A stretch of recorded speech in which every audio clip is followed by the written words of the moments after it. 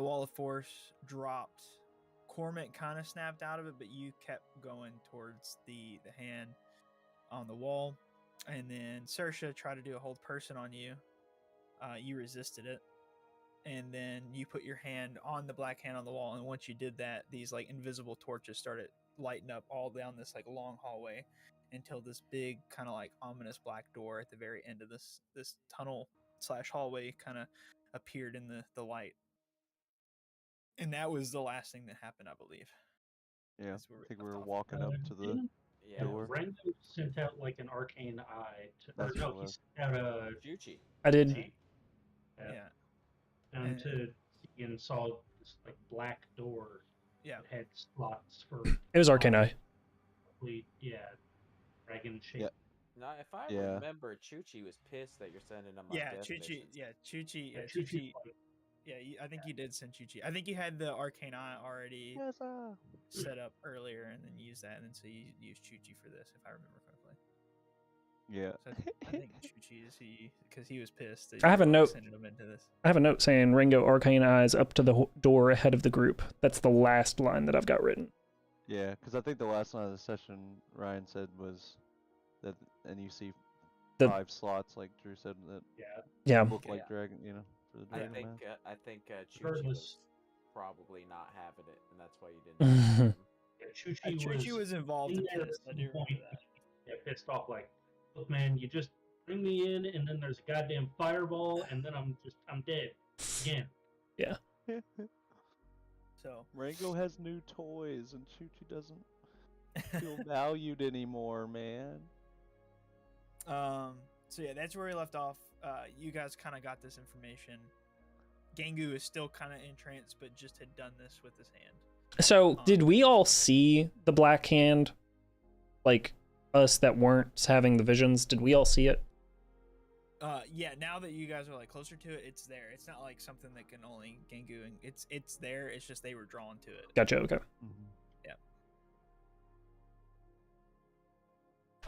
Yeah. So left off with Gangu. You just did that. Well, I remember. I think you started walking down towards it, didn't you? Well, no, I was. The last thing I remember is in my vision. Everyone was like banging on the thing, the wall with me, and then they started to just like float away, whatever. And then I got smashed, and then everything went black, and I fell on my back. And then I was unconscious. And then I think Serge came over and tried to use like healing word or something on me. You remember that?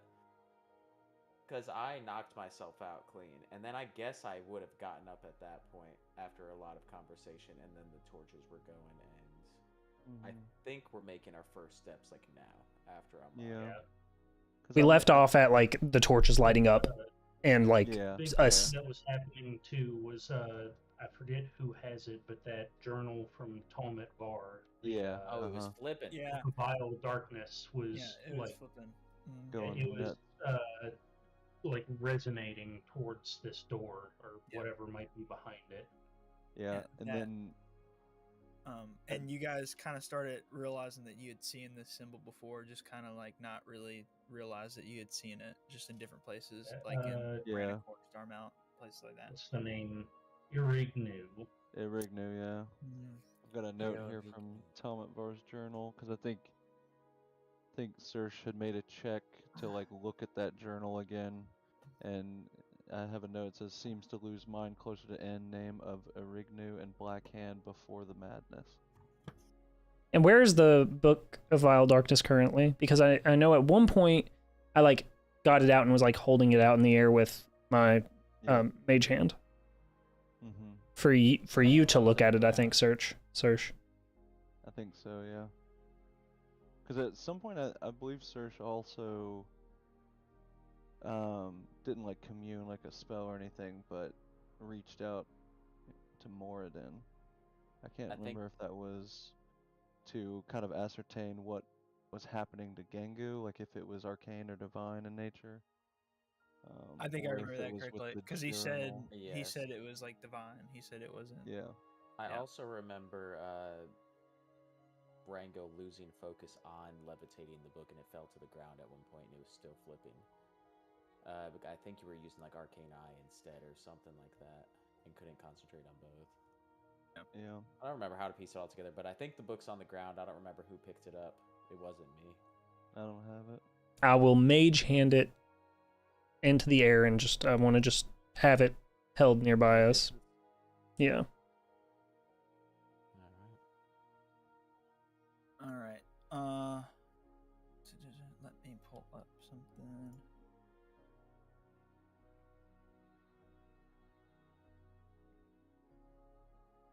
I think I got everything I need pulled up. Okay, so all that sounds pretty correct. That's my bad on not taking notes very well last session. Yeah, but I'm the guy that should be. Nah. But Group effort. anyways, so yeah, Gengu, you kind of are getting yourself back up. These torches have kind of lit all the way down. You guys know about the little 5 slots. The book, Ringo, just mage hand that back up. You got something to say? How far away is the door? The door is like a couple 100 yards down this tunnel. It's like a Okay. really long tunnel. Yeah. Okay. But okay. And the tunnel's like enclosed, like it's not like wide open, it's like tight. No, it's like it's kind of like a tight tunnel. Yeah. Okay. And just straight all the way down to where this door is. Is Gingu still drawn towards this? Does it appear? Yeah, Gengu, you're definitely still very drawn towards this right now. I'm gonna stand up. Mm-hmm.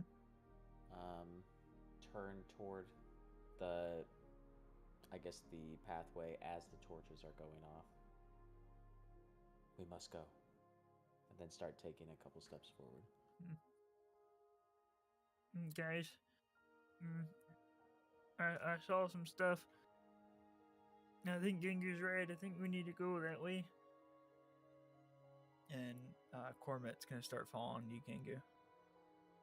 As I'm walking, I would like to drag the ice side of my hammer along the wall and just start waving it up and down.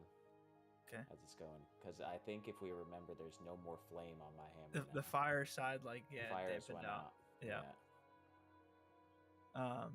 All right. So you start kind of like rubbing this ice side along the wall, and as you do that, the kind of like wall begins kind of icing up where you're doing that, and it stays kind of iced up. As you're walking, you feel everything get colder and kind of seemingly darker, and also Gengu, you start to feel for the first time thirst and hunger is what you can imagine it to be. Oh, shit. You feel an emptiness in you, just a slight. Once Gingu starts like walking down that way, does Cormet follow him? Yeah, Cormet's going. Impy Royce kind of pipes up from way behind because he's still kind of in the middle, like trying to figure. Like he figured the other way was the way to go. What is it? What are they going? We can't delay. We have to go.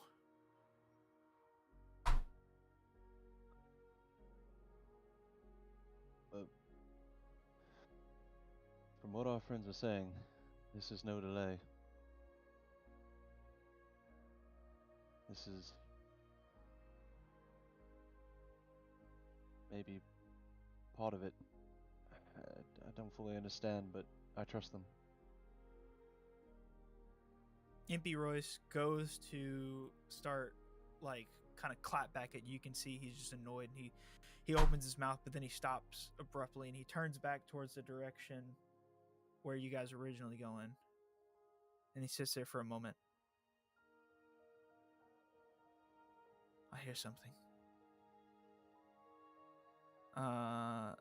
Let's see. The ones that have kind of hung back, so that would be Ojitai, Saoirse, and Rango. All of you guys roll perception checks for me. Oh dear. Wow, we clap. Let's go. Holy shit. Big. That's a nat 20 for a 32. Oh! Yeah. I just right. used up all my RTP. I boys. do I'm wanna- done for the rest of the night. Yeah. It wasn't mentioned, but I do want to remind, I do have forbiddance through the whole cave system. Right. And so that forbiddance, remind me. It It was more about like things entering, right? Like things of you that you denoted. forbiddance. Wait, I forgot the. For the duration, creatures can't teleport into the area or use portals such as those created by the gate spell to enter the area. The spell proofs the area against planar travel and therefore prevents creatures from accessing the area by way of the astral plane, the ethereal plane, the Feywild, the Shadowfell, or the plane shift spell. In addition, it damages, I chose fiends, when they enter the area for the first time or they end their turn there for 5d10 radiant. Okay. What was the thing about password? You can designate a password when you cast the spell. A creature that speaks the password as it enters the area takes no damage from the spell. Yeah. But it would have to be, I think the only thing that can get damaged though is fiends. If I'm remembering that correctly, right? Correct. Because that's the creature you chose. Yes. And what is the distance on that? 5,000. 40,000 square feet of floor space to a height of 30 feet above the floor. So, you guys still do hear stuff. Okay. Especially Saoirse. Saoirse hears everything. Saoirse, what you hear coming down the path that you guys were originally going to go to, you hear the sounds of a fight and the clashing of metal and swords and some cries and things like that. Two parties are fighting each other right now. At least two different parties are fighting each other right now, somewhere down deeper in that tunnel. You can probably assume within a couple miles, and this is just kind of the reverb of the sounds coming from there. Any details about the weaponry being used? Did I pick up on? You definitely mostly hear melee, or yeah, you definitely hear melee sounds of metal clashing, but you can also hear blast of sounding like magic. So there's magic being used as well. I hear it. Sounds like a skirmish. Quite a bit ways down. Arcane and hand to hand. I mean, all the more reason maybe to check this out. Because they're I mean, Gingu's still in motion, right? yeah, Yeah, they're going. Gengu and Ringo are still going. Okay. If Kenny and Harold are just kind of sitting in between both, like just everybody just kind of waiting for a choice. Impy Royce just kind of looks towards Saoirse. Yes, I heard it too. Sure. If you all are going to go down that tunnel, should we leave someone out here to keep watch? Because we don't know if there's an exit or...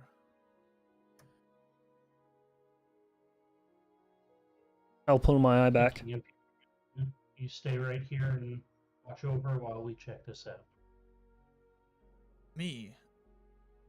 I want to go with you. Need Session. someone certainly capable to stay here watching this cave entrance. I'll let you do a persuasion check on him if you want. Aye, that'd be a good idea. Help. Lol. On Impy Royce. Natural 20. Holy Let's really? go. shit. Oh my All right, god. all of our luck is out the window now. It's all downhill from We're here. gonna get fucked. And No, if no, I me and you remember still have a about nat Empty 20. Voices, You know.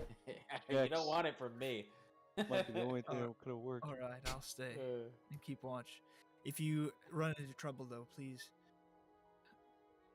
holler. I will hear, and I'll come Oh. to aid. Just hold up the sending stone I've got. I'll make sure we keep in touch. Very well. Be safe.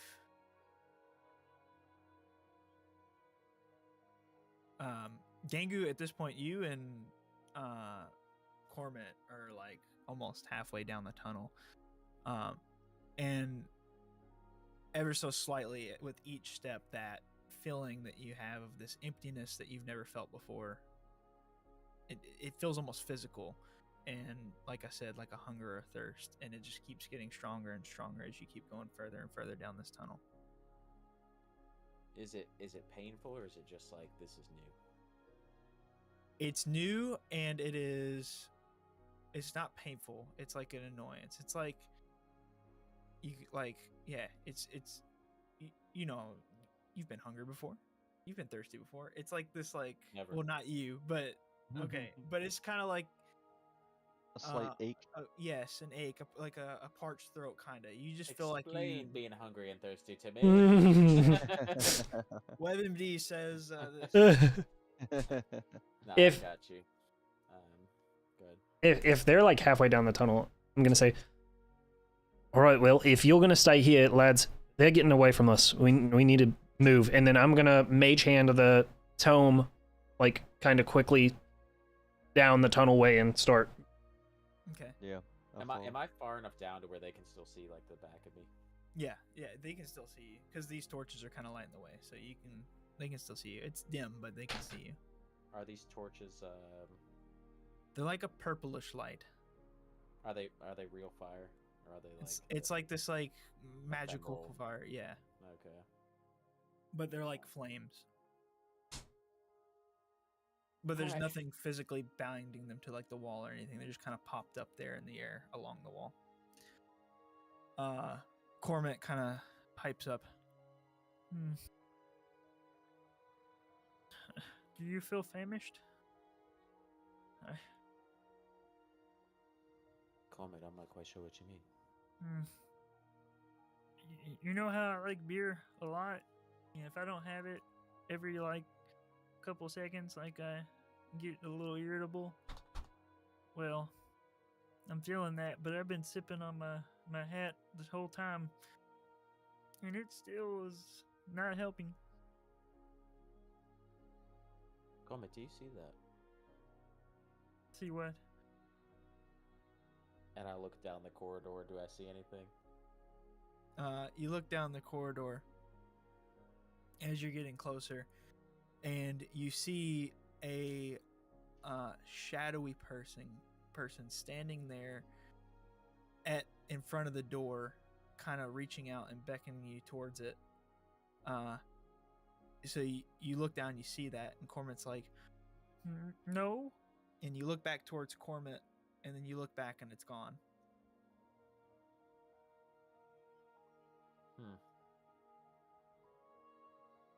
Return the slide. I want to be like, I want my pace to be quick enough to catch up. Okay. I'm guessing you two are also following along. Yeah, definitely. Okay. Harold and Kenny are coming along as well. You guys catch up about a little past, like, halfway towards this door. You get to Gengu and Cormac. Gengu, you hear all your friends kind of jogging towards you from behind. But you kind of just keep focused on going this direction. When I see the thing come and disappear, I take my hammer off of the wall and just smack it down onto the ground, and I stop moving. On the approach, I'm gonna turn to Ojitai, Sersh, Harold, Kenny, and kind of just repeat. These masks together will unlock something, and the thing you unlock will also unlock something. A tool that can unlock death will be bestowed upon you, and you use these masks to claim it.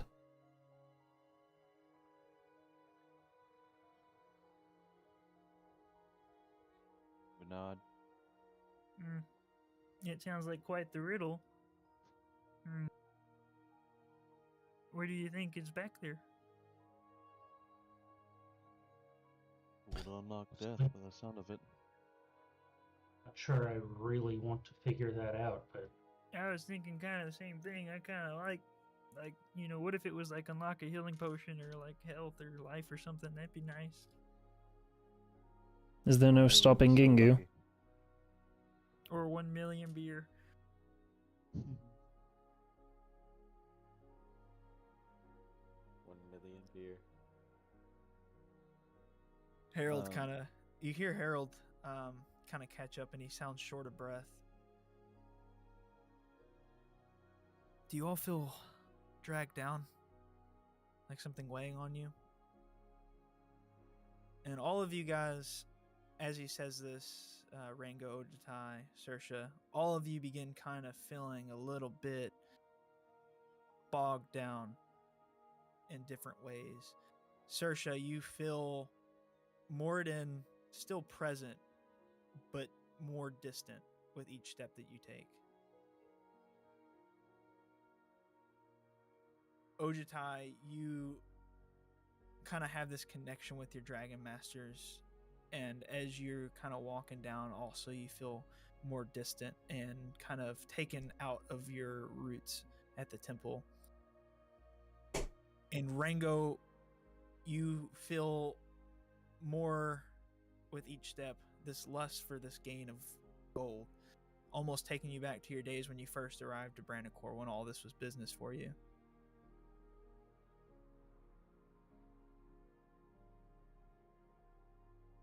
Yeah. Weighed down is a way of putting it. I'll reach into my coin pouch and start fiddling the gold.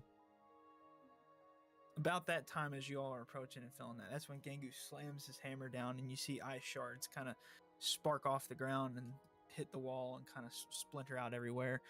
A couple like hit Cormant, don't hurt him, but he just kind of, Gengu, that's cold, Gengu.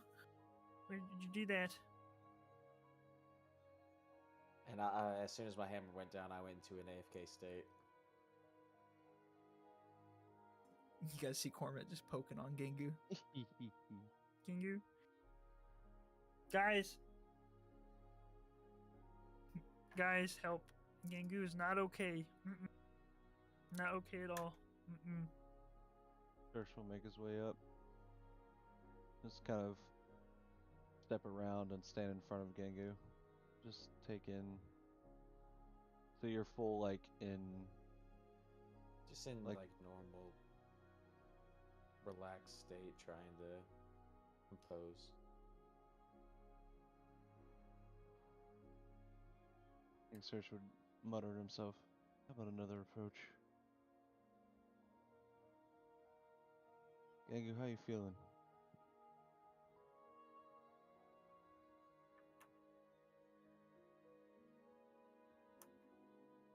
Nothing? Saoirse, he feels cold. His metal body feels ice. Turn to look toward the door. Kind of try to train my eyes a bit.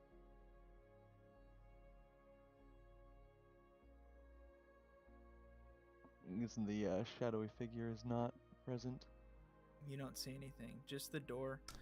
You can now make out the 5 slots where it perfectly looks like those dragon masks could fit. We aren't within 30 feet of the door yet, are we? No, you guys are still about half a football field away, about 50 yards away. Okay.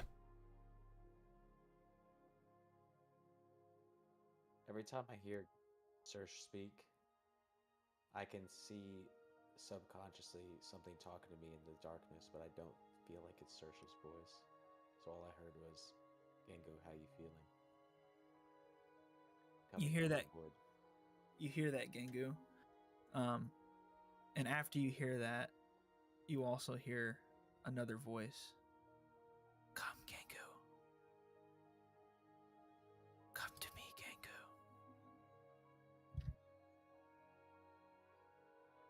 This way, Gengu. And you feel compelled and pulled to keep going towards the door by this voice.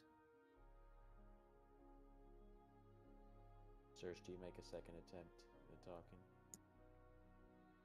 Yeah, I think you'd turn back from the doorway, look at you again, try to clink my hammer against yours on the ground. What's going on, bub? And all I hear is, what's going on, bub? Come this way.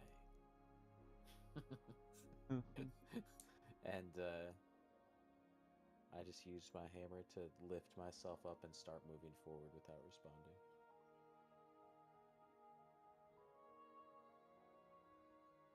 Sersha would not step out of the way. It's gonna. Sersha's getting trampled. Yeah. This Nah, wide-bodied Gangu. I would not hurt Sersh. I still am aware of who Sersh is, so I am just going to push him to the side. Yeah. So you kind of get pushed to the side, and you look back towards the group. Corma's just sitting there, just kind of wide-eyed again, and just. See, you when he does this stuff, not good. I'm gonna. Trying to understand. As it. Go ahead. No, you. As he's like pushing forward, I'm gonna like squeeze by everyone and like try to get walking beside him, and or rather, I'll get to where I'm in front of him, walking backwards, and say, Gingu, what are we doing? I'm still walking with you. Yeah, and I've got my hammer dragging behind me, ice shards kind of splintering up at the group behind me. We must follow him. Who? And I don't make eye contact. I'm looking above Rango at this point. Okay. Whenever he says that, I want to turn around. I see nothing. I assume. Nothing. I'll turn back. Who?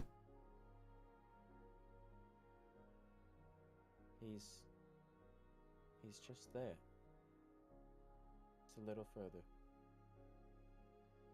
I don't see him, Gingu. What's he look like?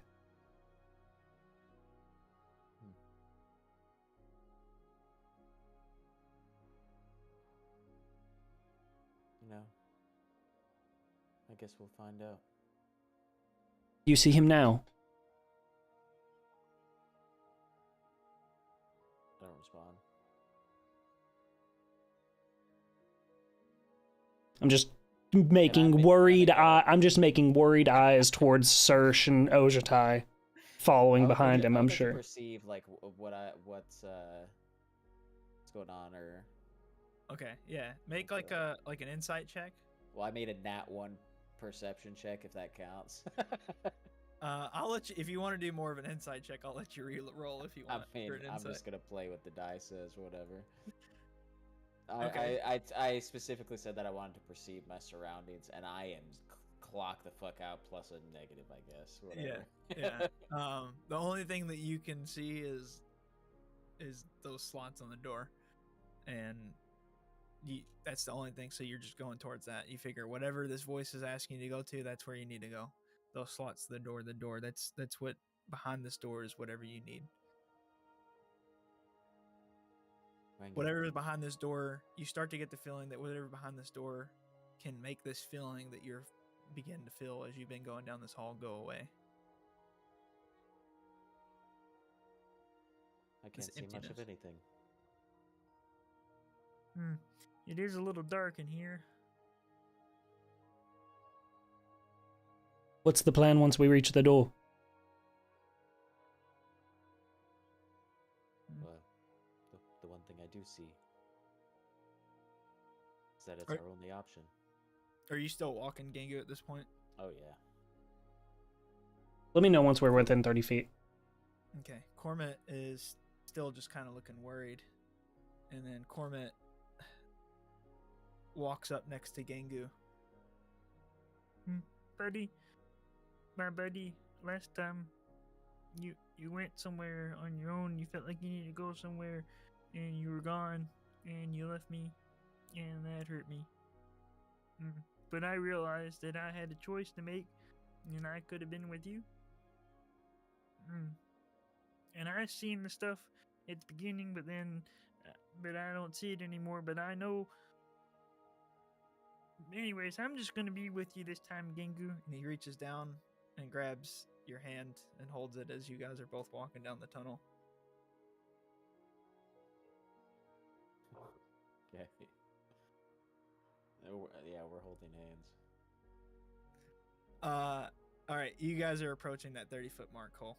Okay. Do I want to turn around, and with witch sight, do I see anything new?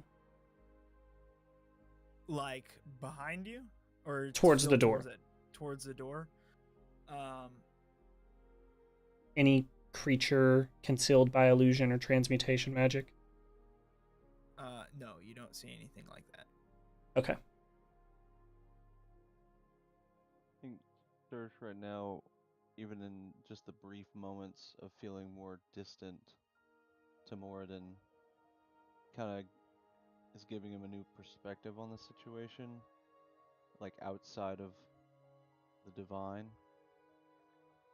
And he's looking, and is the tome visible right You now? still have the Are you you still still have the mage tome out. handing that? Yes. I would have it. Is that doing anything? The tome, it's still kind of flipping around pages and just kind of going back and forth to just different pages, but it is starting to slow down the flipping, and there is a like purple glow starting to come from inside the tome out of each page as it flips around. Well, I still don't fully understand what's happening, but I agree with Cormant. We're not leaving Gengu's side. We'll see this through, but we have to understand. This has seemed to come from that damn statue outside. This is an outside influence. Moradin expressed to me that it was a divine influence. We learn of this name Erignu. I just cannot help but feel we're being puppeted right now. I love you and I respect you, Gengu, but you're being drawn by this. Now, I would like to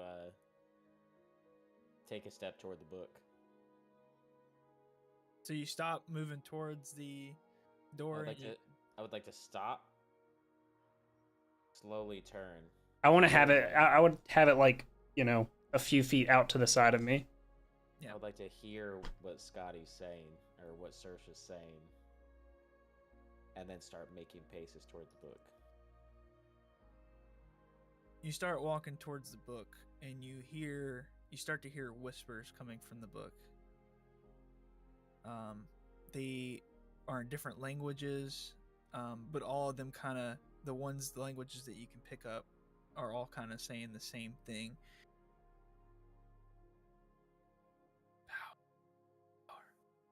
Power.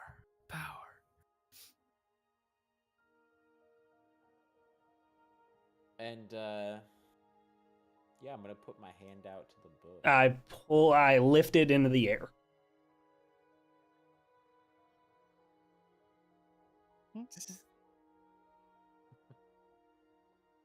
Gengu, what are you doing? Hirsch would have exclaimed, Gengu, wait! As you reach for it. I mean, are you reaching for it quickly, or was it just... I'm just walking and then trying to grab it. Okay, then I'm gonna... Yeah. I'll slowly lift it up and say, Gengu, what are you doing? I believe this book can be of some use. Just...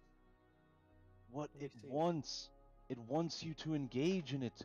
We know the nature of this book. This is the wand all over again. Gengu, see this. See this reason. We are with you, and we will go to this door. The masks are undoubtedly part of our path forward.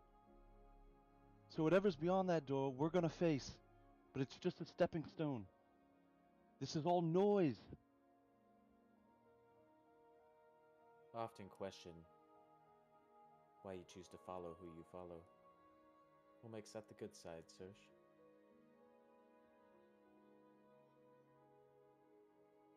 Simply because I believe it does. Do you believe in this tome?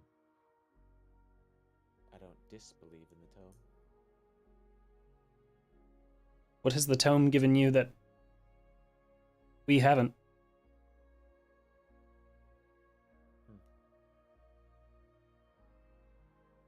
whisper under my breath.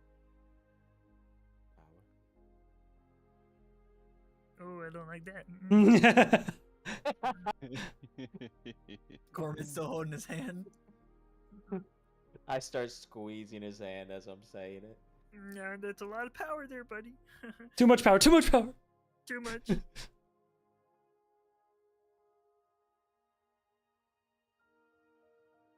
Corman is gonna try to get out. He's gonna try to like slide a hand to get out of this grapple. I just let him go. Okay. What was that, Gingu? Power. Sorry, what? Power. You said that that's what the tome could provide that we haven't. Oh, is that what I said? Well, it does seem like we are always one step behind everything. I do think this would give us quite the advantage.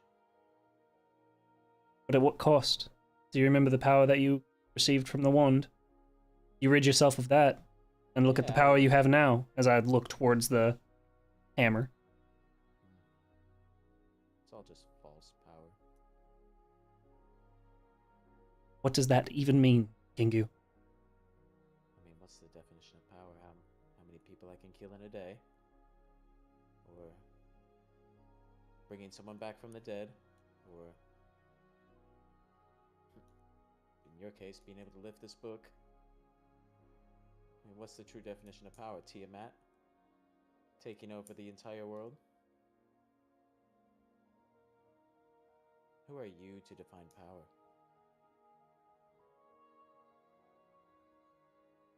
Now, please.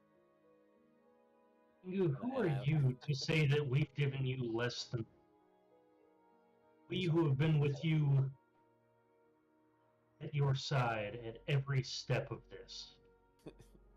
I just look over and do like a Dune style silence. Do you exclaim silence to him? I do. Gingu, what about the power of friendship? What's it all for? Why do you want power? This. I turn and I'm gonna go inspect the door. I'm walking up to the door. All right, Saoirse. That is not Gengu. And then I'm frustrated. I go to the door. Walks towards the door. You get up to the door and you feel one of the slots kind of grabs your attention, and you feel drawn to that slot in the door. That slot is beckoning for the mask to be placed there. The red one. Do you have the red one now? Yeah. Yes, the red one. While Saoirse is over there, I raise the ice side of my hammer underneath Rango's chin. Now, Rango, please lower the book. You see Cormant like behind Gengu, like raise the rifle towards Gengu's back. I'm sorry, Lenny.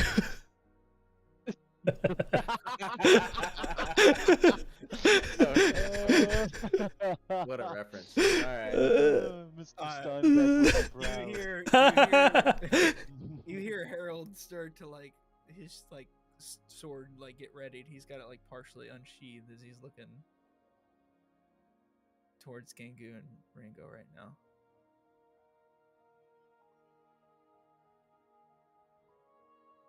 Gengu, why don't you just bring your hammer down, buddy? Listen, why don't we get inside this door, Gengu, and then we'll see about the book. I touch the ice side underneath his chin, and you start to see frost accumulate. On Rango? I'm gonna instinctively like pull back. Not in a just you're slowly. Your ground. Yeah. Okay. I notice that you just step back and you're not gonna move it. Take my hammer, slam it into the ground. Fine. He'll find a way. just turn and start walking toward the door. You walk past Corbett, who like had the rifle on you, and he just kind of lowers it as you walk away. And then Corbett looks back towards you, Rango and Ojitai. Once he passes me, I'm gonna bring the book down to where I can see inside of it. Okay. And then, can I just want to. I want to melt a coin and try and reach out to Mammon and say, who is he? Referencing the he that Gingu.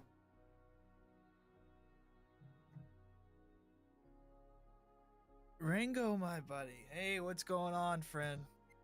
Long time. I haven't heard from you. Listen, so the connection's a bit weak. I think you're kind of entering a dead zone there. Listen, I heard your friend talking about power. Did you tell him about me?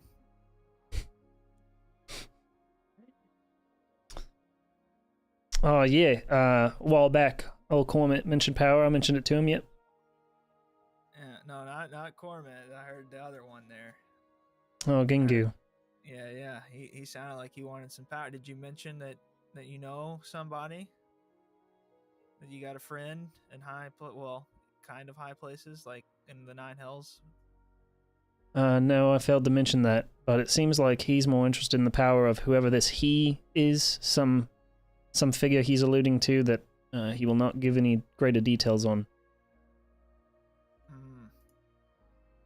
Are they more powerful than you?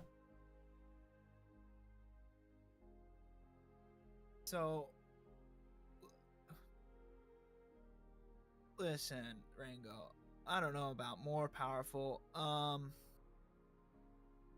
You know, you owe me a lot. I've given you a lot of power. But yeah, that the one he's talking about is pretty powerful. Irignu? And huh? Irignu? Irignu. No, Irignu. Irignu worshipped this guy. Tomet Var? What? No, not Tomet Var. Tomet Var worshipped this guy. Tiamat? Io. Not Io. Listen, I'll give you some information about this guy, but you gotta talk to Gangu for me.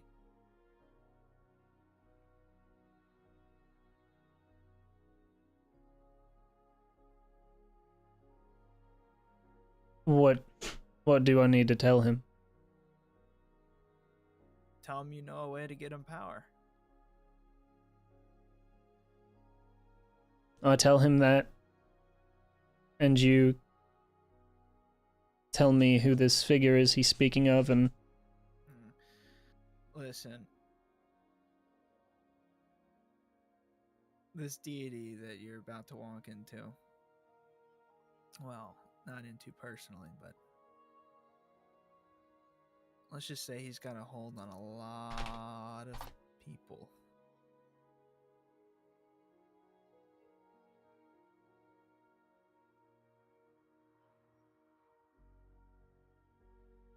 A lot of people.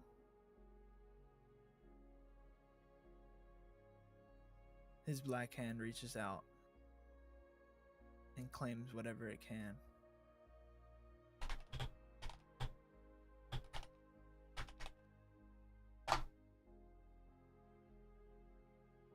So should we go into the door? Do you want me to go through that door?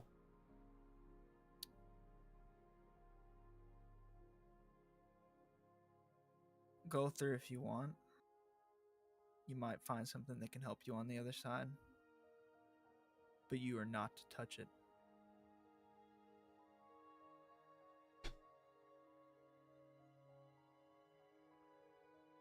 Your friends, I don't care. But you, Ringo, you don't touch that.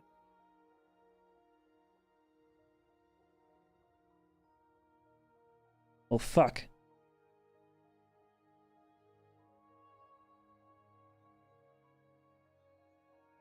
Gingu's on a warpath to get to the other side of this door, and there's no stopping him, it seems. Well, it sounds like you need to tell him about me then. Maybe that'll stop him.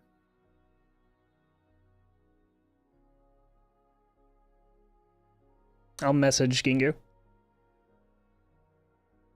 Gingu, you're walking towards the door. You approach the door. You get really close, and you hear Ringo message you. There's another path to power.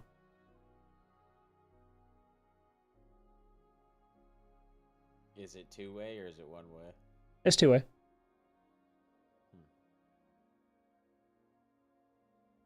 Yeah, but only one is the correct one. I'm still walking. Better sweeten the deal, Mammon.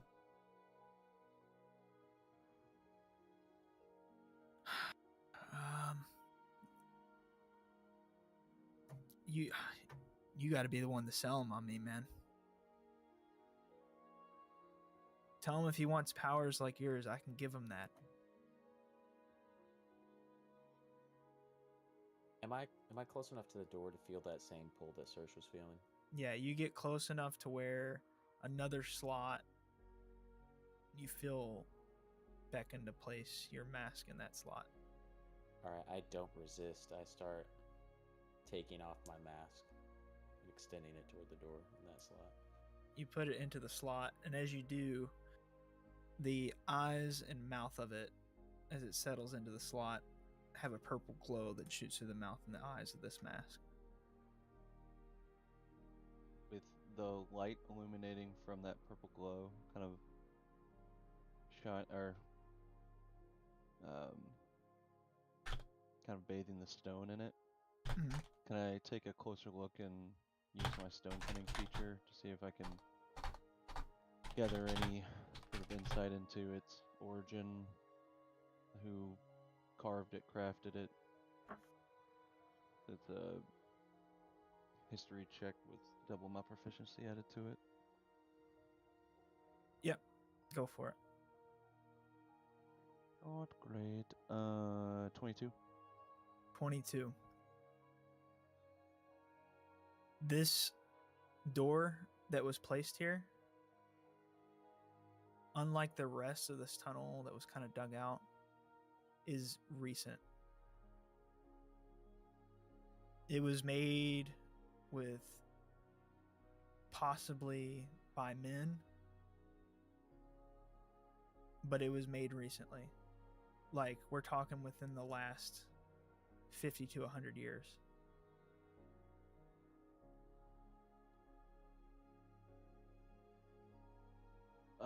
After that, I'll start looking down at the floor, the creases of the walls running up the side of the doors. Is there any signs of that construction, since I feel it's so recent? Is there any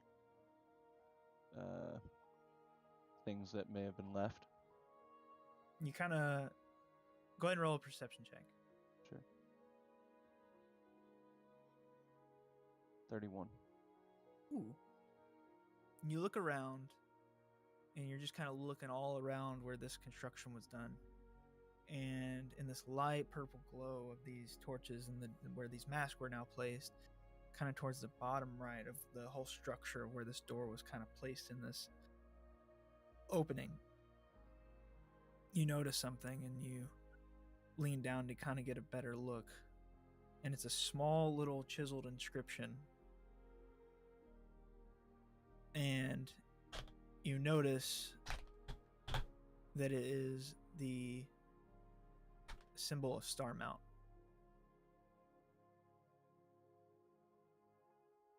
Oh. And we know who was puppeting them, right? Valor? Yep. And there has been a certain above table. There has been a certain mystery deity discussed in Valor's business. Oh man, this just feels weird. Back on the table. Yeah. I will jot down the insignia. Can I see what Serge is looking at? You see Serge look down, and he's just like looking at something in the corner, so it's weird. You don't notice it though itself, but I mean, it's weird that Serge is bent down, like taking notes on something. Serge? Yes, Kangu? What are you waiting for? And I gesture toward his spot on the door.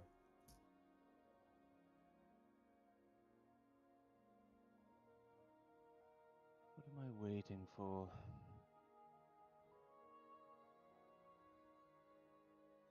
Belief? Oh, I want to. Gengi, that's. You see that right there in the corner? What I was just looking at? No. Well, it's an insignia of Starmount. The creators Of this door. of Rango, me. you feel some fiends have begun to take damage from your forbiddance. Okay. Kind of towards that direction, back from where you kind of came. Some stuff's going down back that way. Okay. I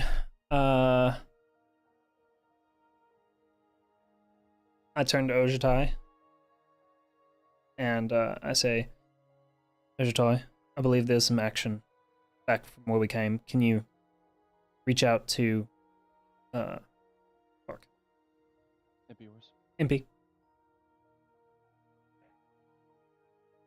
And I'll, take out the sending stone and just... Anything happen near you? The fighting's growing closer this way. It's not here yet, but I'm waiting for it. I'll buy you as much time as I can. Whatever you're doing there, make it quick. I'll just look up to Rango and don't have a whole lot of time. You can't linger here, and I'll kind of glance at Gingu. Multiple reasons. Cormit looks up at you, and he kind of tries to get your attention. Gengu, do we need to go through this door? It is the only way. Cormit kind of nods, and he takes off the black dragon mask, and he looks at it for a minute. And then he reaches forward and places it in his slot. And the eyes glow purple, the mouth glows purple. Green. Ask. Sorry, Right. green. I forgot. Yeah, you guys switched them all around. Green. Green. I want to see if there are any openings in this wall of the smallest size. Door, wall, whatever. Go ahead and roll a perception check. Or an investigation. Trying to Osmosis Jones your way through it. Well, Arcane Eye We can can do fit it. through a very small hole. 21. You look, and I mean, as I said, this door was kind of maybe slightly hurriedly put up. It's very thick and very sturdy. But I mean, there's like little air pockets, like tiny holes where the construction was, where you can maybe slide through something really small. Arcane Eye is going through.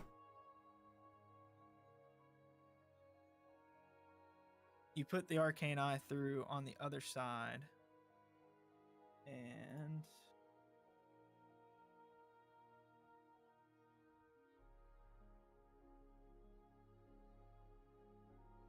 and while as I'm go ahead. As I'm sending it through, I'm gonna turn to Serge, Harold, everyone, say, "There's something beyond this door that none of us need to put our hands on." We should also know that this door was constructed by Starmount recently, within the last century. As the eye slips through this hole in the door, on the other side is more of this purple glow. This time there's runes and symbols on the ground and on the walls and pillars. It's this giant kind of... It almost looks like the inside of a cathedral, but built into the cave. At the other side of this room, basically you would go through the door, you're on a platform and it drops down. There is kind of these pools of what appear to be this kind of like purplish shadow, kind of almost like if you had dry ice kind of fogging up, but it's like pulled up in different areas. At the far end, you see the glimmer of a blade kind of seemingly floating there in the air, but the blade itself is connected. It's connected to this hilt of like all black in this kind of whimsical black wrap that's kind of partially hanging off the hilt. The blade itself almost appears to be made of shadow. It's not steady, it's just moving, kind of like flowing, but still just kind of connected onto this hilt.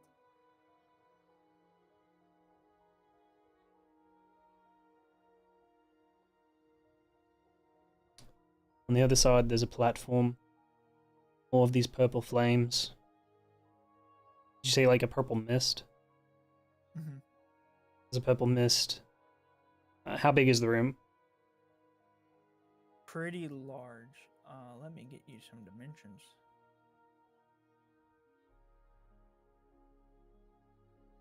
From the door to the back, it's about 260 feet.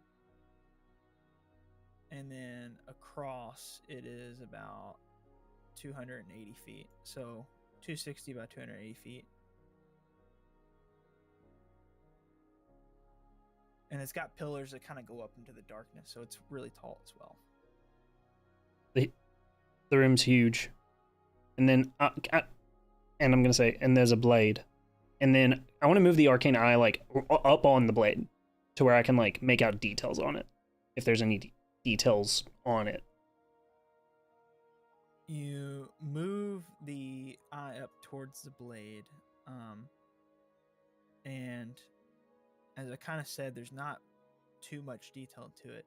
Kind of think of it as a normal, it's a short sword. It's not like a long sword. It can be held in one hand. And it's like this normal construction of a hilt, except the wrapping, like the grip of the hilt, kind of like wraps down and is kind of floating there. And it seems to just kind of almost linger all the way to the ground. And then the blade itself is in the shape of a blade, but it's a shadow, and it's just kind of like remains the shape of like what a normal blade would be like, but it's shadow. It's not like an actual physical looking blade.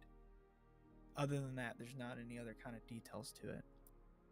Gengu, you hear Rango mention this blade, and once again you get a stronger urge than ever to get through this door. This blade, you hear the words power again. And you kind of get the inkling that this blade is the key to that power.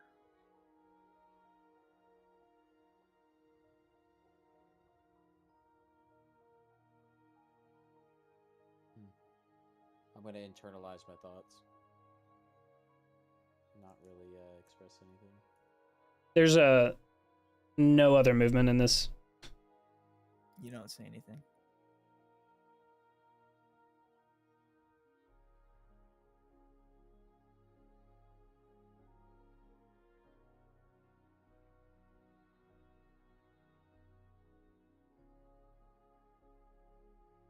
I don't think that we should go through this door, but I also don't think that we should abandon Gingu.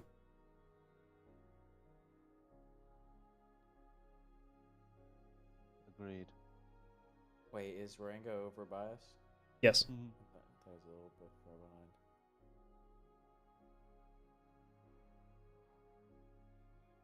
This whole area feels like an abyss.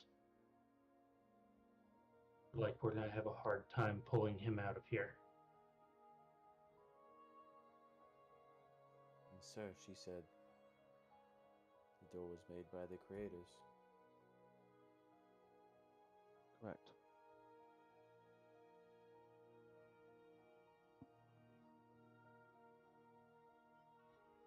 It's the question, these people that have been trying to bring back gods, why would they want to seal something away?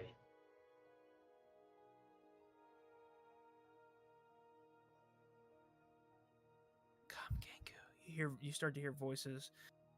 What sounds like thousands of whispers just asking you to come inside this room, come through the door. Come to us, Rango. Genku. What'd you Join think? us, Genku. What are you waiting for? Search? I'm waiting for you to have a change of heart, Gingu. I start taking my hammer. It's above my head, just slowly start tapping on the door. Come on.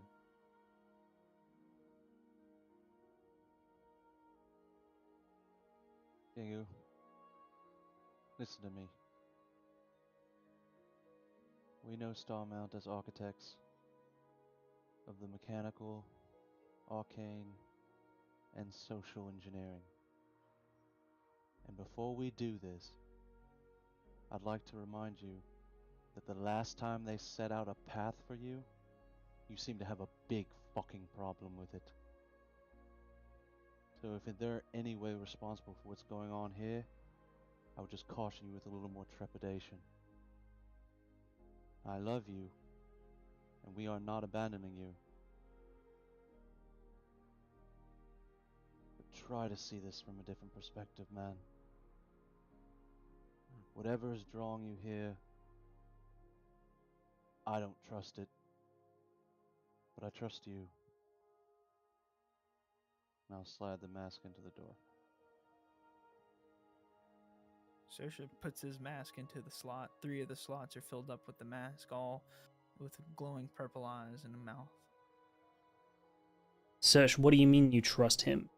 Moments ago you were saying that that's not Gingu.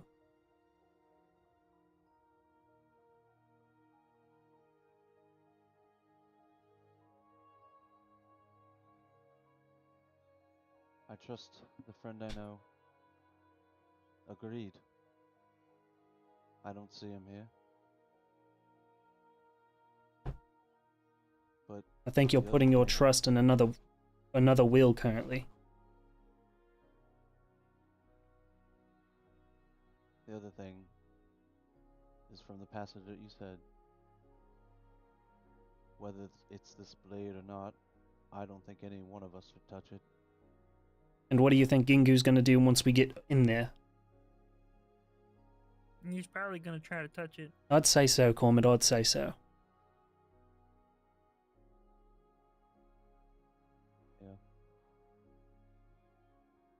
I've been warned against having anything to do with it myself, and selfishly, I've extended that towards the rest of you.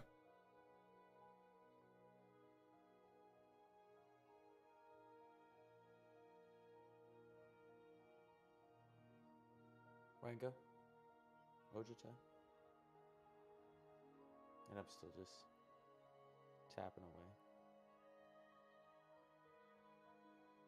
I'm gonna look. I'll say again. Said, and if I don't, Gingu? Well, then there may only be one of us walking out of here alive. Cormit, once again, starts raising his rifle to kind of a ready position. About Yeah, that after time, King- Ojitai, you hear Impy Roy's kind of pop up. The fighting's got to us. There's some friends from Branacor. They were made it into the tunnel somehow, but we're fighting off this swarm of kobolds. It's getting quite dire out here. And everybody can now hear outside down this long tunnel the clashes of battle kind of making its way towards you guys in that kind of open area.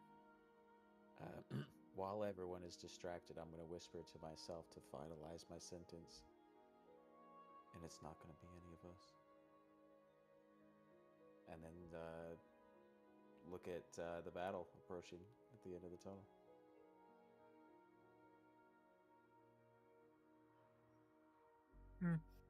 So, are we going back? I'm not getting ready to fight. I'm just acknowledging what's coming.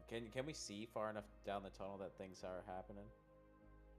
You guys can look down the tunnel and you can see small, like, little blasts of magic and things happening, and figures kind of clashing and fighting. You see Impy Roy's kind of flying by and doing sweeps on different creatures and people. It's starting to get a little bit chaotic back down towards that way for sure. Yeah. I think after hearing Gengu say that before looking back and hearing Rango's reason, Saoirse's gonna reach to pull the mask back out. Saoirse, you reach to pull the mask back out. Sush. And I need you to make a strength check. Okay. What are you doing? Straight strength or athletics or? You can do athletics or strength. Goes to the same multiplier, doesn't matter. Not great. 12. You go to pull the mask out, and it is almost stuck. There's something seemingly like pulling it to keep it in place. Yeah, and just if that weren't enough, as you're trying to pull it out, I put my hand over yours and push it in.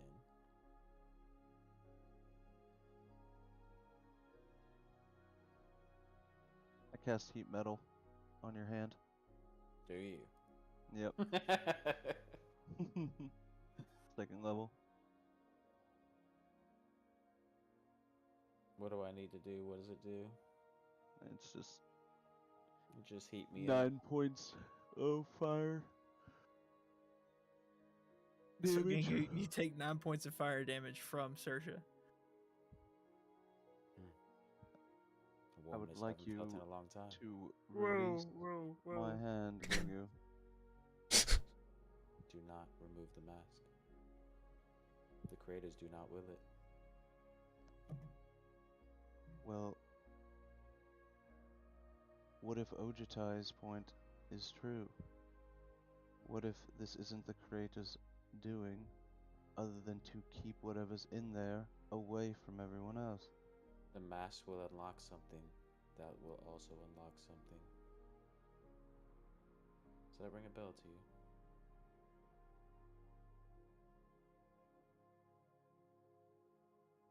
Or did we just forget what we're all here for?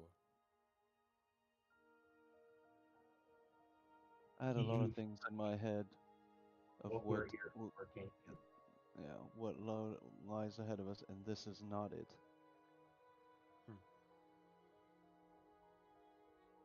Harold now is growing impatient.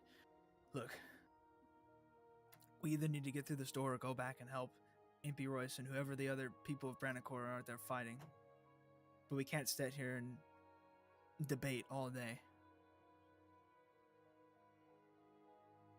We have to make a choice.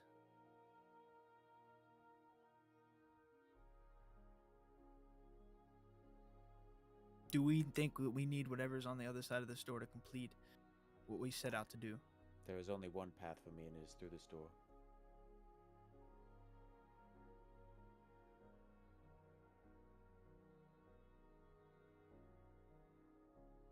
I'm gonna. He just shakes his head and he just kind of rubs his face and he's. obviously frustrated. Fuck.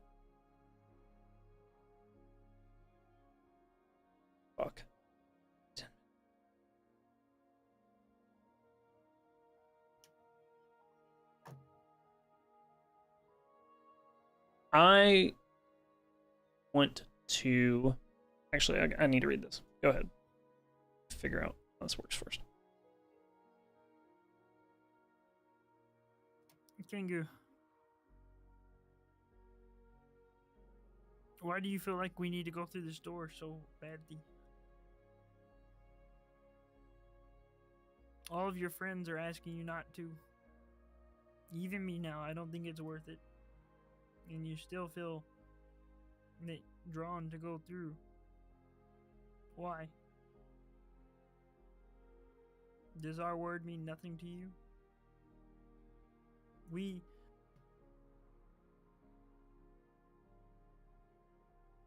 begged you not to go into the Feywild, and you did. Did that have a positive outcome for you? In fact, Coleman, it did. Damn it. I'm going to get out my tome and begin casting a ritual on... The tome is up in the air in a mage hand. The tome? My ledger. Where is it? My ledger. Goblet of fire. Gagu, did you put your name in the goblet of fire? I'm going to move 30 feet down the tunnel. And I'm going to start casting... Yeah. Okay. Towards the fight. But just 30 feet. Mm-hmm. And I'm going to start casting Baleful Polymorph on Gingu. It's an 11-minute long ritual. Okay. I don't know if the wisdom save would occur at the beginning or the end of this if the creature is unwilling. Which I would assume Gingu is unwilling. I am very unwilling.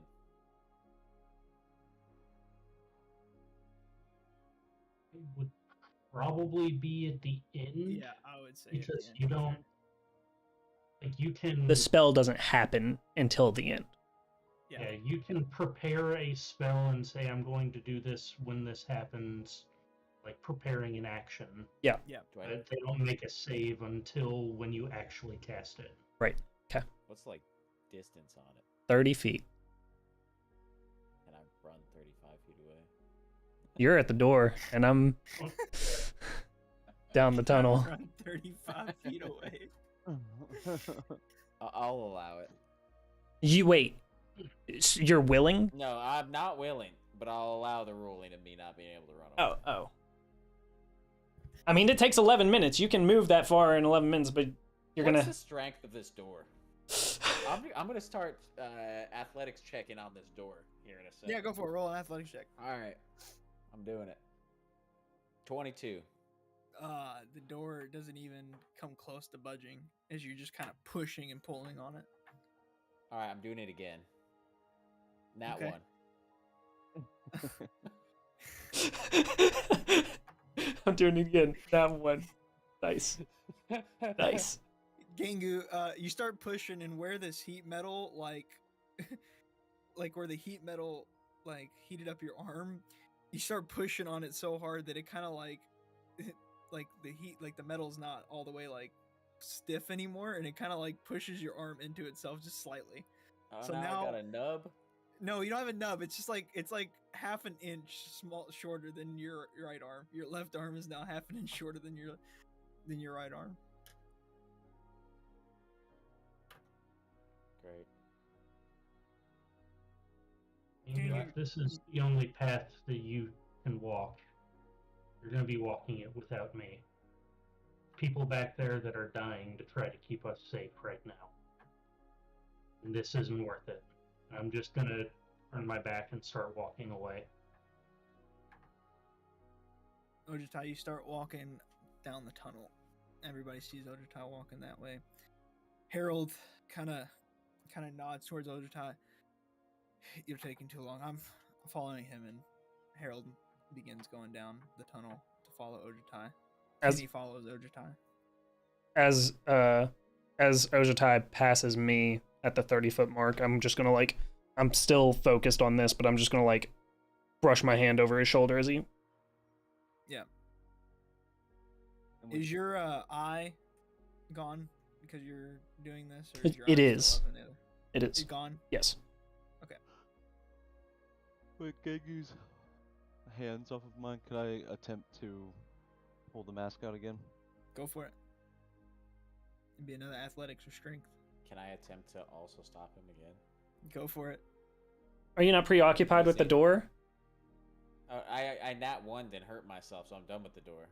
Unless he's doing it at the same time as me trying to knock the door. Yeah, I was like, Oh, okay. once Yeah, at the once same your time. attention was off of me, I was. Would gonna you try. roll? 21. You still it begins to slightly feel like it might budge, but it just kind of snaps back into place. You just can't pull it out. I want to, I'm gonna roll an athletics check. A 31, and I'm gonna grab Serge by the shoulders and just shake him. Be like, what are you doing? Sersha with 31 strength. You get shake with 31 strength. I pick you up too. You're at eye level. Whoa. Mm-mm. Guys, not okay. Sarsha, hold on. Gengu, look at me. Listen to me. He's trying to get you to pay attention to him. Okay, I look over at him.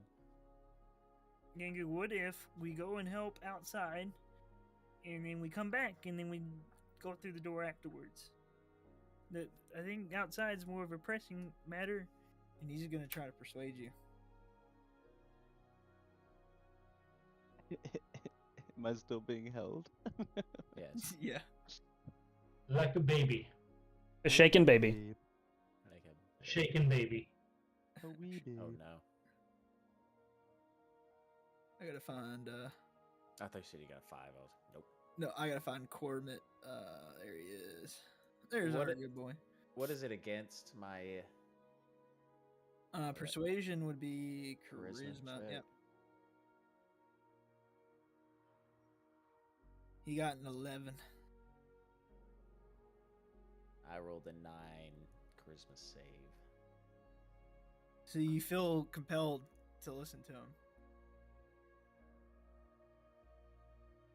Serge, do you have anything to say?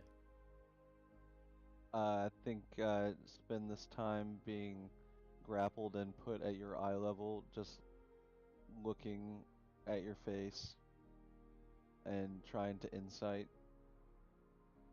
Like, where's my hammer, bro? When I look into Serge's eyes and I hear Cormit's words,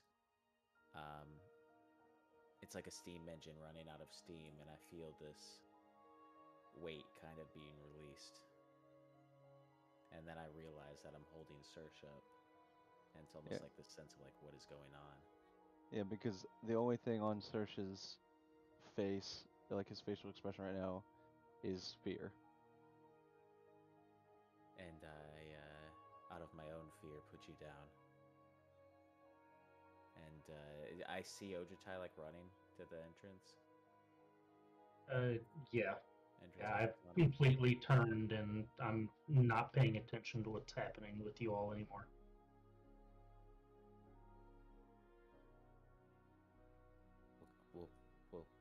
We'll come back.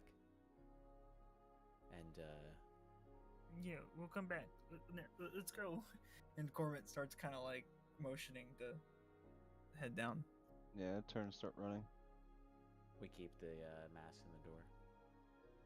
While you guys leave, I turn around, look at all 3 masks with purple glowing eyes, feel a little shimmer inside myself, and then turn and walk with you all. So Ojutai, you're the first one to break out into Be this right back. scene where it is a handful of what appear to be elves fighting kobolds with Impiroys, and they're kind of surrounded, but they seem to be holding their own really well. Near kind of a couple elf bodies are kind of scattered around, but there's a lot of these kobold bodies, and they just seem to be coming from like all these different holes in this entire like honeycomb here, just kind of dropping down and attacking. And with that, I'm gonna have everyone go ahead and roll an initiative for me, and then let me know what you get.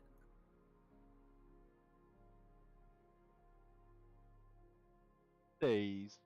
Cool. 25. Ooh. Fast as fuck, boys. Fast as fuck, boy. All right, what I miss? Roll an initiative, sir. All right, Saoirse, you said 20, or Ojai 25? Okay. And then, Saoirse, what'd you say you got? A 6. 6? Ooh. Ringo? 12. 12. And then Gengu? 18. 18. Let me throw all these in here real fast.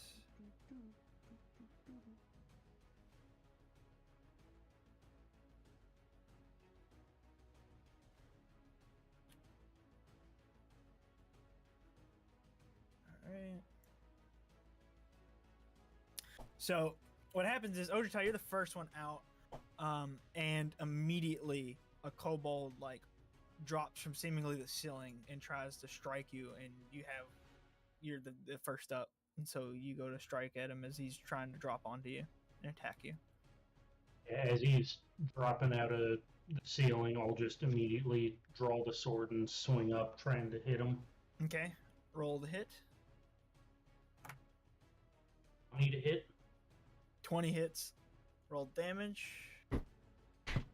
Does he have any resistances, or can I roll it all at once? You can roll it all at once, my friend. Cool. 60. And add 9 to that, so 37. 37. This kobold drops from the ceiling, and you look up as you see him coming. You just kind of give it like you sidestep him, and as he's falling, you slice him in half, and he just kind of falls to the ground in 2 pieces, and just with a like yelp, and like he's just kind of like rolling on the ground. And you don't have time to take pleasure in your crafty work, as another one is coming off to another side of you. You've killed that one. That one's fully gone, but another one is approaching you. Do you have another action? Yeah, second strike without breaking stride from the first one. Go up to this guy to 30 to hit. 30 hits.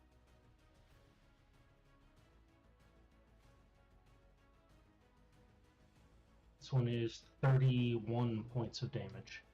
31. Again, this one comes to the side, and you just kind of turn without breaking stride and swipe again and cut this one's head clean off as it kind of just shoots up in the air and the body falls limp. And yeah, from there, I'd just try to be running into the fray. You kill these 2, and more are trying to swarm you, but you just kind of shoot off, and now you're kind of like in the middle with everybody else as you kind of approach there. Gengu, you're way in the back here, so you can use pretty much, if you want, you can use all of your movement to get just about to the entrance where you get out in the honeycomb, if you want to use like a dash action to get there. I will walk with my normal 40 movement speed. No Okay. dash. Got it. No urgency, but slightly stuck in my own head as I'm walking up to the group. Preparing myself for combat, but slowly. All right.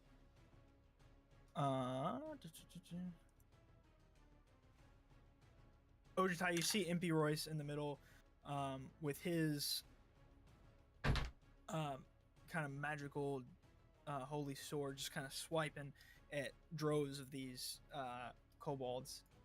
With each swing, he seems to be taking out like 2 or 3 at a time, and just kind of their bodies go flying across. Occasionally, one will kind of get a little jab in him, but he's just once again just kind of swiping through. All of his strikes hit, and he just, like I said, is just kind of cleaning up these kobolds. What you do notice as you're getting into the middle of this group, like I said, is this group of elves. Not a large group, kind of like a smaller group. About 5 elves are there. There is one female elf with 4 male elves. The female and one of the males seem to be kind of giving orders and barking orders to a couple of the other ones as they all are kind of defending their own little area. You see her. She has a long sword, and she strikes down on one kobold, kills it instantly, turns, commands one of her other elves to attack one. They kind of drive out and push back a couple of the kobolds, and they're kind of defending their area there. You see the other one that kind of seems to be in a bit of a leadership role, is just kind of shooting out magic missiles at different kobolds. And all these kind of blasts are taking out droves of kobolds.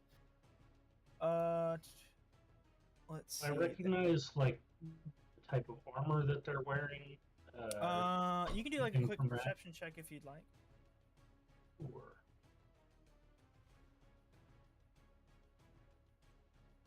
14. 14. You notice that all their armor and kind of their garments seem to have this kind of the obviously they've been in battle, so they're covered in kind of blood. But if you can imagine if they weren't, this kind of very clean, golden-looking armor and robes and things like that look very fancy, very well put together. But you don't see any kind of symbols or anything like that with a 14. Kind of in the chaos of battle, you don't get to look too closely. Rango, you can use pretty much all of your. You would have to use like all of your movement and a dash action to get out towards the entrance there. Okay. So Gingu's already passed me, correct? Yeah. Okay. Yeah. Once Gingu starts to pass me, at that point, I'll drop the ritual that I was working on, and I am going to. How high are the ceilings of these caverns? Your like tunnel that you're in is probably about 15 feet high, not very high, but once you get out into this honeycomb, it kind of goes up and up and up. Okay.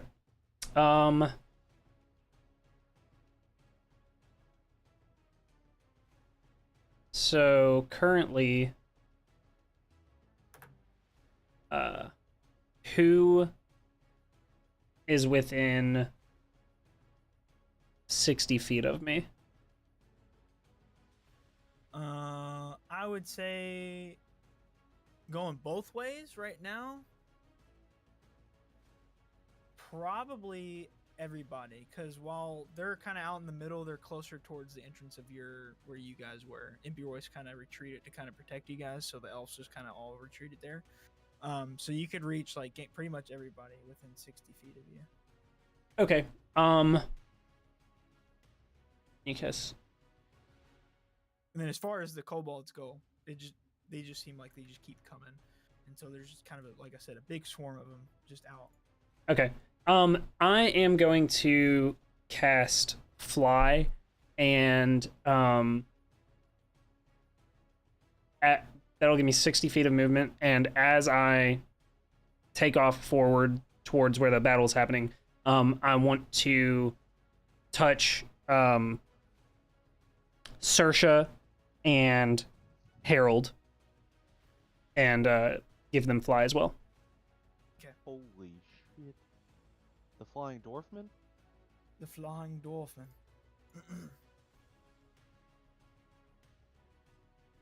And so that is your turn? Yes. All right. That will bring us to Saoirse. Ooh. Feeling lighter on my feet. I will drift up 15 feet and just kind of perceive the layout of baddies and goodies in front of me. Mm-hmm. Does anyone of the elves or Empirois himself even appear to be badly injured? Impy Royce seems to be like slightly hurt. Not really. But a couple of the elves that seem to be the ones following orders look like they've been kind of through the ringer a little bit. Definitely bloodied. Alrighty. From my position up there, I will look down and try to center a mass cure wounds on the elves. Okay.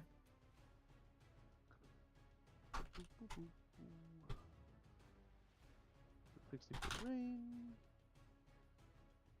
19 points of healing. All right. The elves. That's everyone in a 30-foot sphere. Yeah. Well, if you're centering it on the elves, that would pretty much encompass everyone that's outside in the honeycomb kind of area. Okay. So including like Impy Royce. So definitely a couple of the elves get some solid healing, and they're no longer bloodied. Yay. And then I will use for my bonus action my where are you? My harness divine power. Class feature or cleric feature, and just get. So you can regain 1 expended soul slot of up to level 3. I'll grab a 3rd level spell back. Okay. And I'm done. I'll just kind of float up there, kind of that similar position. All right. With that, Harold is going to fly out of the entrance right into the middle of everything and start doing his swinging. And let me pull up Harold's sheet really fast. Sorry. Kinkins. Kinkins. Kinkins.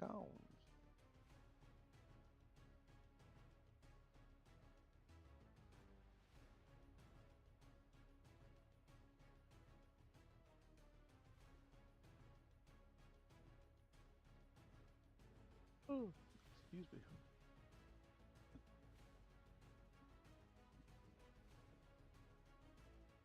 All right. Kinkins flies out and immediately begins just kind of swinging his sword. He takes his sword, swings it down at a group of kobolds, and slices through 2 with 1 swing, killing them instantly. And then turns to another couple, slices through those ones as well, killing those 2 instantly. Cormit sprints down the cave, and he kind of pulls out his rifle. He's not all the way out of the cave, but he can see down far enough to where he's just going to take a shot. And Cormit. All right. He's going to roll. Cormit aims his rifle, and he fires, and he rolls a natural 1. Oh, buddy. And he goes to hit a kobold, and the kobold was that he was aiming at was running, and then trips and falls, trying to run over another dead kobold, and the shot just kind of keeps going, and then smacks Impy Royce in the back. Oh shit! I thought one of our elf friends were about to get brained. I'm worried about whether or not these are truly elf friends. 20 necrotic damage from Cormit. You see Impy Royce get hit in the back, and not really phased, but he just turns back towards Cormit, and you can see he's very upset with Cormit, but he just turns back and begins focusing on the battle. Cormit, you hear Cormit echo? Sorry. as it just kind of booms throughout the cave. All right. With that, these kobolds are going to start trying to get some swipes in. So, Ojitai, one comes at you with a dagger and rolls a natural 1, and he goes to slice at you. And I'll let you have a free opportunity to attack as he like falls like face first into your blade. Sure. 30 to hit. Yeah, that is. Stupid damage. 30 damage. Yeah. So what ends up happening is like he's coming at you, and you kind of like hold up the blade to like brace yourself to block, and he trips and falls, and his face kind of like smacks into the blade, and just kills himself on your blade, basically. Another one's gonna come out and try to stab one of the elves, and he does with his dagger. And he stabs him, and you can see where he's trying to stab him, like because they're so short. He stabs him in the leg, and this elf kind of goes down, and this like invigorates a bunch of kobolds. So now like several kobolds target this one of these elves. That one definitely hits.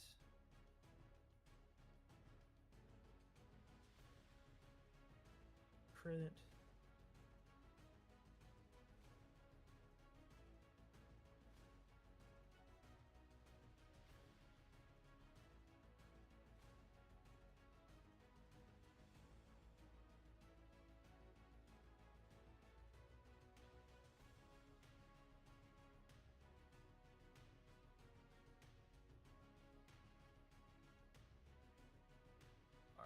So that is a total.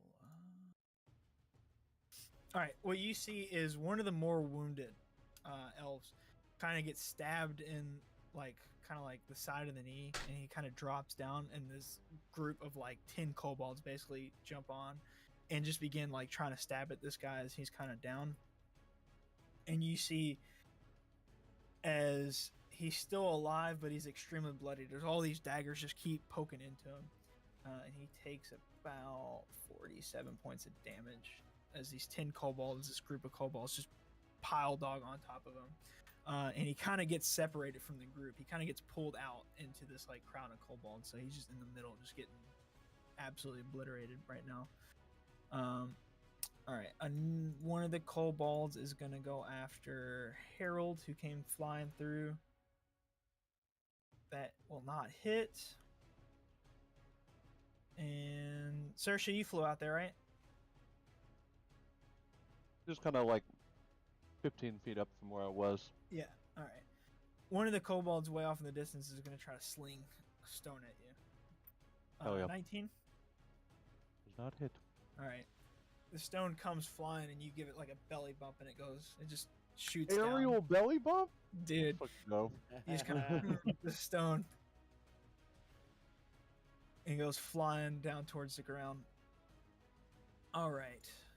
That'll end these kobolds' turn. Which would bring us back towards Ojitai. Being the one dude that's getting swarmed, is there any way I can get about 15 foot from him and use a breath weapon and only hit kobolds that are near him? Yeah, you could try to like aim it to where it doesn't like because he's kind of on the ground at this point, so you could try to keep it up above. Yeah, I'd like to run up and use the metallic breath weapon to do a repulsion breath. Okay. So all of those kobolds that get hit need to make a strength save, and if they fail, they get pushed 20 foot and get knocked prone. There is about 10 of them. I'll just do like a group strength save. Would they need a beat? They didn't beat it. They got a 2. 16. Yeah, they got a 2. And so they're pushed how far? Sorry. 20 foot and get knocked prone. Does it do any damage? It does not do any damage. All right. You see this the group of 10 kobolds that were kind of on top of this guy just kind of get pushed back and scatter across the ground. They smack into more kobolds and more kobolds. Just this big wave of kobolds basically falls down, but more begin to start trying to rush into the opening area. They kind of smell the blood in the air. I'll just kind of try to run over and just block the one dude that was getting swarmed as much as I can. He kind of looks up at you. Get back to his feet. Yeah, he looks up at you, and he's starting to get himself back up. Does that complete your turn? That's all I got. All right. That brings us to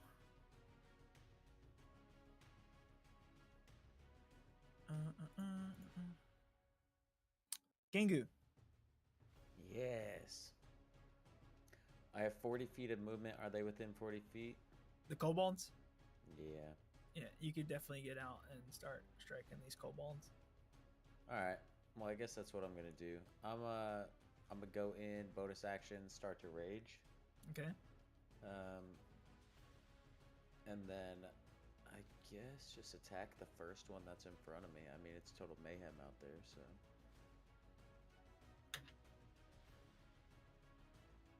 Oh dear. All right, give me 2 seconds. I forgot I had my fucking damage written down on a piece of paper. Oh, I thought you were grabbing a calculator. I was like, No, I mean, I flex. pretty much have to. When your damage is so high, I mean, you gotta do a calculator. It's 30. It's a 30 to hit. So Yeah.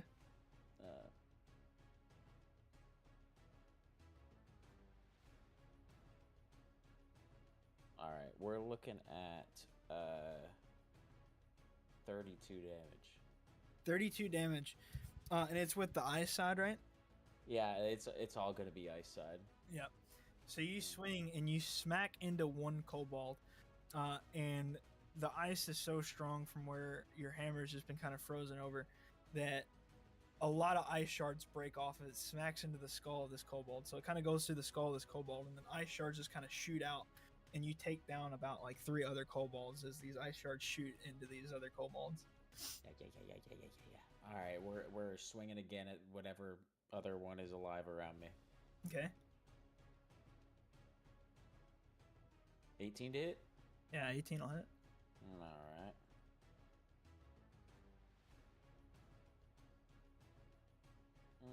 Alright, we're looking at 33 damage. Once again, you smack into a kobold, and more ice shards just kind of shoot out, and you take out another 4 with that. Alright, well, how many are left? They just keep kind of reinforcing. They just keep coming out of this honeycomb. Alright, then we're gonna go at them. No, we're not. That is all I got. So I just sit there and I'm like, Got it. that's about it. I'm just smashing skulls and. Impy Royce is gonna kind of look up towards everybody and kind of look around.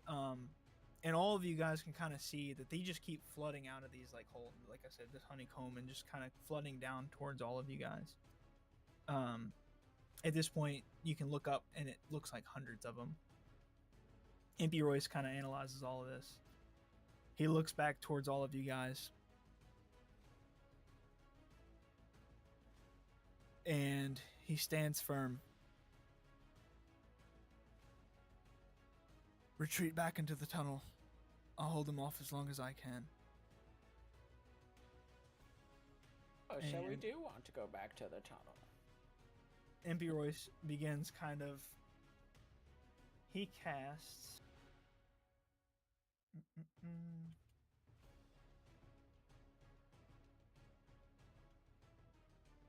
Alright. He uses his Holy Aura. So all of you guys are in there. All of you guys gain 15 temporary hit points, and you cannot be charmed or frightened. And have advantage on saving throws against spells and other magical effects. Cool. And so that goes for all of you guys. Is the advantage against spells and magical attacks only up until, or while our temporary hit points are up? Does it leave when? Or is there a duration? How many did you say? Sorry. 15. basically, unless something happens to Impy Royce or you leave his aura. So, like, basically, as long as you stay within 60 feet of him, then you will remain that. So as you retreat down the tunnel, you'll lose that. But for right now, you guys have this advantage, basically.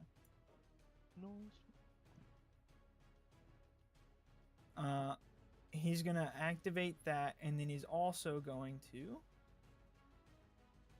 cast Blazing Radiance. You see holy energy kind of radiates out of his sword as he points it towards a big crowd of kobolds. And in a 60-foot cone,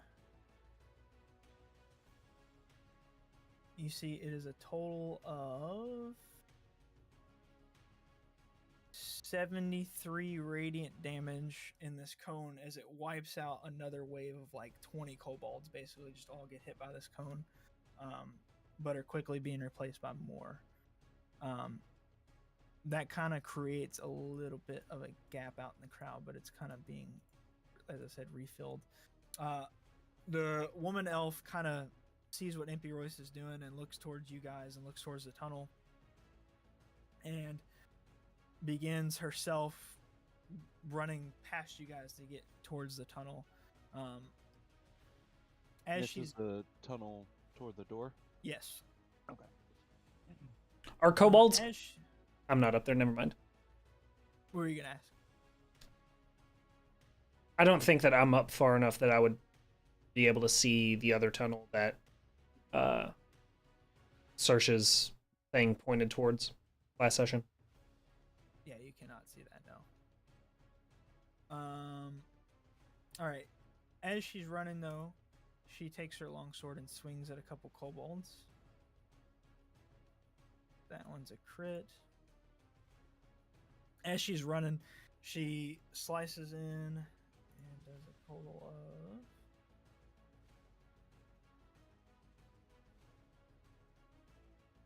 And that is 30 plus. With her 3 attacks, she does a total of 61 points of damage with her sword, and she slices through another, like, she basically takes out like a group of 3 with each swing of kobolds and begins running towards the entrance. Rango, you're kind of sitting at the entrance, aren't you, of the tunnel? I was making my way towards the junction.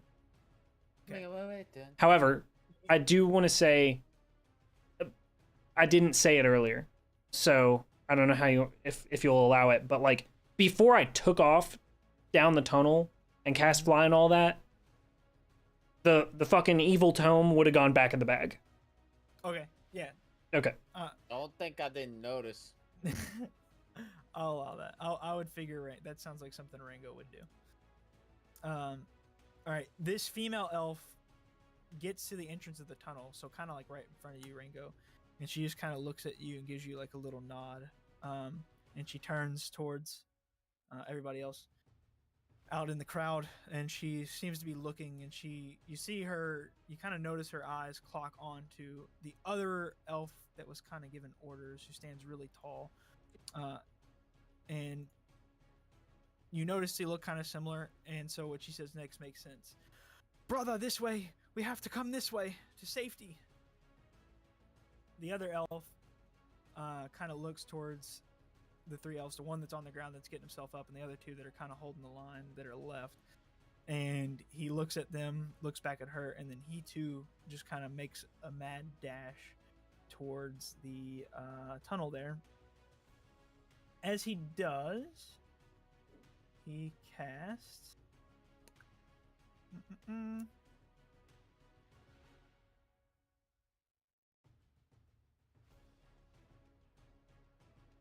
Fireball at 3rd level. And so that is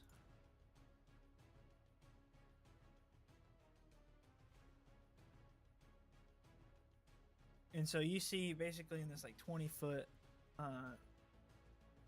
radius, this fireball lands in the middle of these kobolds and kind of blows them all out, and some of them are on fire and just kind of blows a big portion of them as he's running back. and running towards the entrance. And he too makes it towards the entrance of this tunnel and is standing there before you, Ringo, her, and him. The other three, the one that was kind of knocked prone, he's gonna get up and start kind of trying to make his way and run away. But as he, what were you saying? I'm sorry. Oh. I was just doing the critical roll. I got you. Make him away. As he is doing that, well, Ojitai did a good job of clearing out kind of the area. So even though he's wounded, he starts and he makes a full dash towards the entrance of the tunnel. The other two, however, are going to stand and fight for a moment. They swing their swords.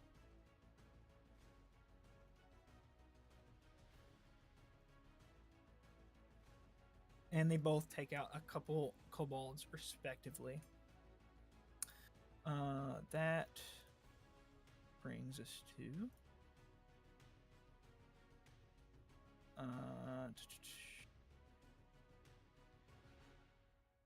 Gangu. Yes. Yes.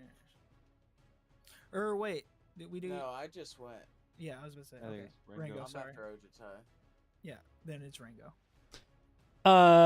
What do these elves look like? Do anything recognizable about their attire? Their Yeah, you can roll a little perception check if you'd like. As you're looking them down. 13. You're looking at them. You're not really in the heat of battle, so you do notice, kind of as they face you, on the front of their like chest is the crest for Valor Corps. Mm-hmm. Yeah. Yeah. Mm-hmm.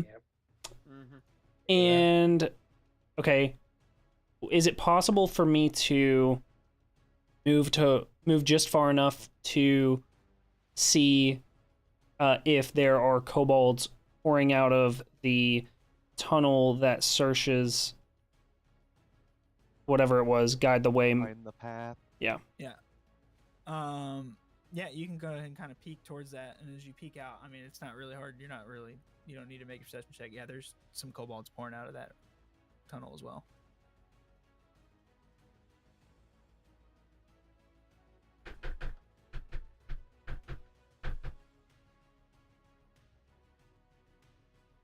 Hmm.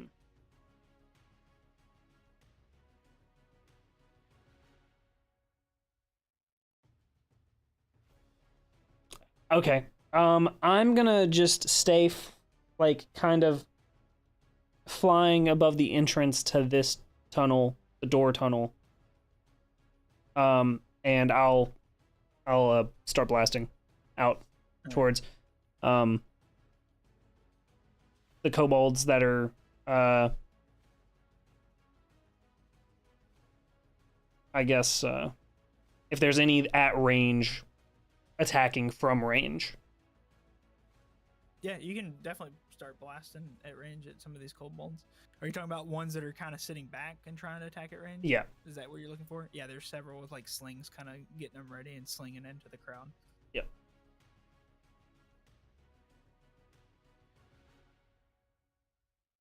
A 31 to hit. That'll hit.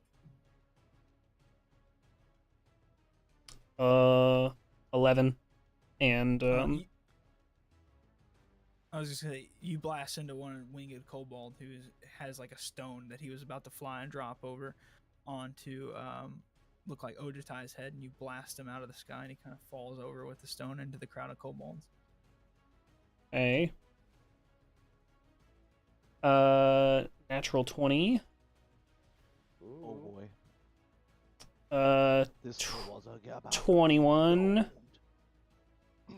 You see a kobold kind of like hanging off the side of a tunnel that's kind of up in the honeycomb, kind of like leaned out with like a sling, and he's like willing it, and you shoot up at him with like a critical hit, and as you smack into him, he like had the sling ready, and he kind of like slings it and slings into another kobold, and so like he like kills a friend on the ground, and he goes flying down off of this tunnel. Perfect. 29 to hit. 29 will hit. 9. You got a 9? Yeah, 9 damage. You smack a kobold with Eldritch Blast, and he's on his last leg as he kind of lifts himself back up with his sling. His arm is all like jacked up, and he still has a mission. He's ready to carry out that mission. If it's the last thing he does. 32 to hit. Is it the same kobold? No. Oh, a different one. Yeah. For 13 damage. A kobold next to him lines up next to him in vigor, like he just gets rallied basically by his friend getting hit, and he comes up and he's like, "Yeah!" And he blasts this one, and he just straight dead. Dome. 23 to hit. That'll hit. 15. Another one lines up to the left of the same kobold, and once again you just dome him.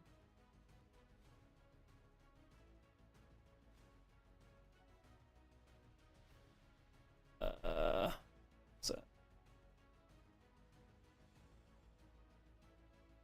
31 to hit. 10. I don't know if I have 1 or 2 more. 31 to hit. 7. And Once again, another wounded kobold with the 7. finally, 25 to hit. 6. Cool. You hit a winged kobold, and it kind of like staggers him, but he's still kind of on his little glide to drop a rock on somebody. So you've killed about 5 different kobolds and wounded 3. Cool. And then I'll, with the remainder of my move speed, I'll tuck back into the tunnel a little. Okay. And with that, should bring us to Saoirse. So the just so visually understand, we're like in a chamber that's a honeycomb, and then on each side of that honeycomb there's tunnels coming in. Yeah, like kind of think of it as like you're in this like dome a little bit, like this big dugout area, and there's just like tunnels that have been dug out and like just all over it. And so these kobolds are just kind of crawling out, sort of like an anthill kind of thing. Gotcha. How many tunnels are from the? Well, actually, I wonder if I. Does there seem to be more tunnels like up along the dome or along the floor around? They're like, there's a few kind of like on the floor, but as you go up, they kind of get a little bit more numerous. And is that where most of the reinforcements seem to be coming out? Is the ones up above? Yeah, there's a lot of like winged kobolds, and then some that are just kind of scaling down this side of this like honeycomb just to get down towards you guys. Yeah. All right.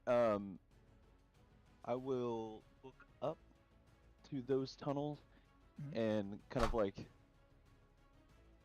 take the anvil, scrape it across my chest, and then kind of swoop in the arc of the dome and try to capture as many tunnels as I can and cast a wall of fire and sort of like make it flush with the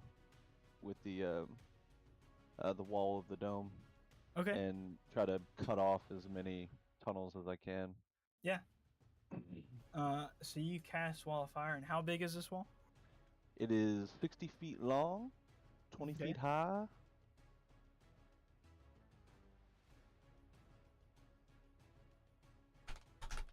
Cool.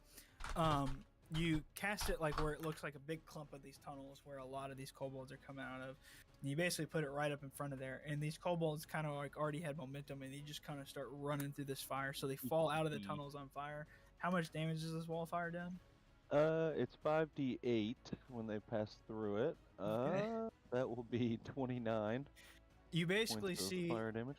You basically see this like these kobolds on fire, just like 10s and 20s of them coming out of these tunnels, just on fire, like falling to the ground, burnt as a crisp, coming out of these tunnels. The kobold barbecue. Yeah, you see, you got like a 25 kill streak. You got a tactical nuke if you want to use it. Tactical nuke inbound. I will take my detonator of the nuke and move back toward the base of the tunnel near kind of in line with Rango. Okay. Put my movement and then I'll in there. Got it. That will bring us. So that's Saoirse done. I believe that brings us to.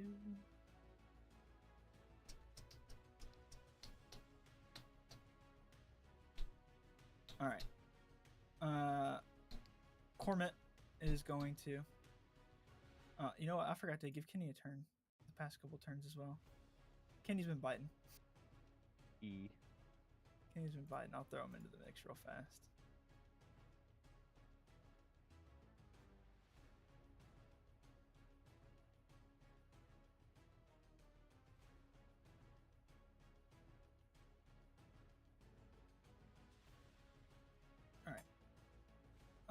But we'll go and do Cormit's turn. Cormit is going to put away his rifle and get to the entrance of the cave, and he's going to pull out the revolver that you guys gave him, and he's going to kind of do like a little flick and kind of like spin the wheel, and then kind of like fan the hammer at these kobolds.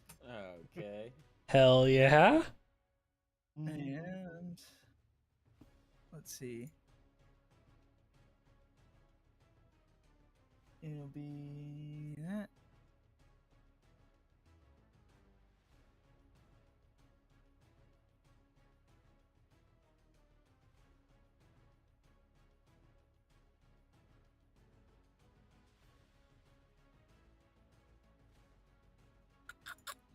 So he quickly fires 3 shots out of this revolver, fans the hammer, and takes out 3 kobolds that were kind of like running towards the entrance off kind of like the left, just kind of like right in a row, just kind of domes all 3 of them. They all go falling down. He does that. He gives it like another little spin and blows the smoke off the barrel. I can get used to this. And then he tips his little beer cap as he starts sucking down a little bit of beer. At this point, Harold is going to kind of see what's going on. He is going to fly back towards the tunnel entrance, and he is going to cast Flame Strike at 5th level.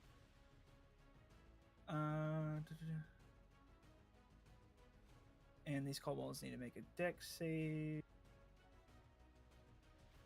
And sheesh. We'll do a group kind of save for him.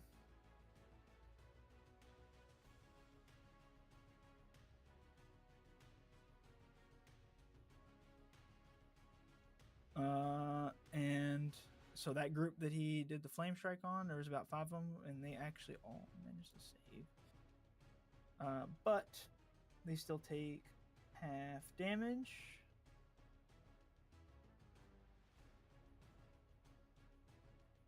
And with half damage, they all still get killed. Yep. Hell yeah. After he does that, he's going to use all of his flight movement to fly back. He used all his flight movement to fly back towards the entrance of the tunnel. So he's kind of grouped up with you guys there at the entrance there. Kenny, at this point, we'll say he has been in the mix because I forgot him. Kenny is going to kind of be cut off for a moment, but he's going to use a breath weapon. He's going to use his lightning breath to clear a path for himself. You see about 11 different kobolds in his path get kind of just electrified by him, and he begins flapping his wings and kind of does this like low flight over them as they are getting electrified towards the entrance of the tunnel and joins you guys there at the entrance. That brings us to the kobolds. One's going to make an attack on one of the elves. Doesn't hit. Another one's going to try to attack the same one. Gets a crit. that will be kind of like another wounding strike. Brings this one down, and now a whole bunch of kobolds are going to try and attack him all at once. As they swarm on top of him. That's a crit.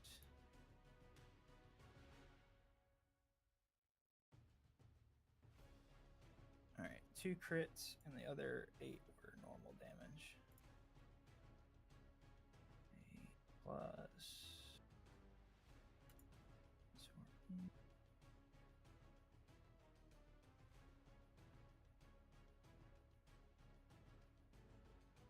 Alright, and then now for the crits. Well, maybe if it'll let me roll it.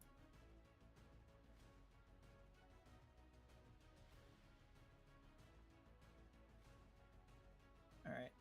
That is a total of 67 points of damage. Those crits did a freaking number. Oh, All right. man. So you see is one of those elves that was out there gets kind of brought down, and then they just swarm on top of him, dogpile him, and then drag him away. And like you just hear him kind of screaming as they just basically stab him to death, just kind of in this crowd. So one of those guys that stayed out there is fully dead. The wounded one, like I said, has made his way back. The other one sees his friend go down, and at this point, he kind of decides to try to make his escape. So he's going to try to run away and get a couple opportunity attacks against him.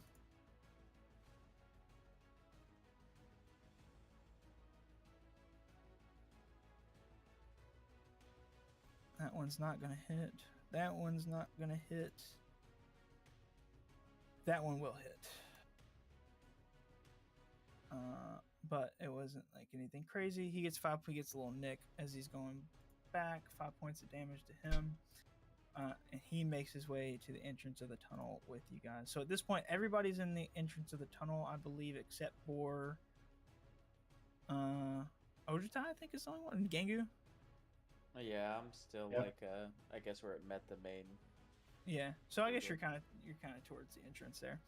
So Ojita, you're basically out in the middle of this crowd, kind of by yourself as they're trying to swarm you. And it is your turn. Yeah, I will use my breath weapon, aiming at the largest group that I can. Okay. So they need to make a dex save. All right. 16. Kobolds are going to make a dex save. 16. They got a 20, this group. So they still take half of this. Okay. Not great. So they take 5 points of damage. 5 points of damage. And what is this breath? Cold. Cold.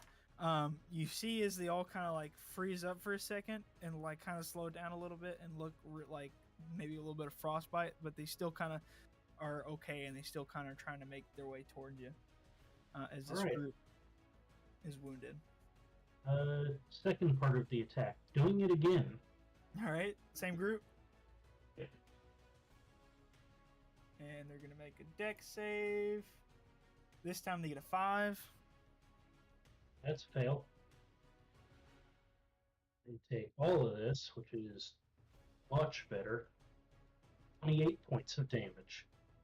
As they kind of shake off that first one, you hit them again, and this time they get frozen solid. So there's a group of about like 13 different kobolds in that line that just kind of like freeze up where they're at. And the ones in the back are kind of like ran into by other kobolds, and they just kind of break apart. There's just this horde just keeps trying to make its way towards you. I'd like to run up and using those frozen dead kobolds as kind of a step ladder. Run up, bounce off the top of their heads as I'm running back towards the group. Okay. As you step on each one's head, it like breaks underneath your foot, so it kind of almost looks like you're walking like on air as you're just kind of going through. You jump out and are able to make your way back towards the group at the entrance there. Everybody. So then, Gengu, it's your turn. You're kind of right there at the entrance as well, but you're kind of still out there a little bit. It's mainly just you and Impy Royce out there right now. Yeah, I would like to turn and go into the entrance. Okay. You run towards the entrance. Impy Royce looks at all of you guys and turns back towards the kobolds. Ojutai, you kind of look back towards him. And he looks at you right in the eyes. Ojutai, make sure that you do Bahamut's will. And he looks up towards kind of the entrance of where you guys are at. And he begins smacking his sword kind of at the entrance to try to cave it in. Oh, shit. And he makes 3 attacks on it.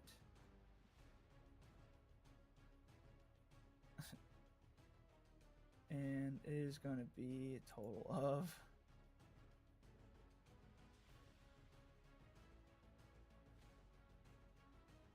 So that is... That's 46, 56 plus 9. So 63 plus 19 plus 21 plus. All right, he does the 100 damage to the threshold. He actually does well over 100 damage as he caves in the entrance and these rocks begin falling, cutting you off from him and the rest of the kobolds. And so you guys are now in this tunnel that leads, basically it's where the rocks have caved in and the door behind you and this dimly lit purple flame kind of tunnel. And it is you guys without Impy Royce and this new group of elves. There's the man and the woman who are or the male elf and the female elf that are brother and sister apparently, and then the other one that was kind of wounded that ran in here, and then the one that was a little slightly wounded and not as wounded. So there's 4 of them now. And with that, we'll exit initiative.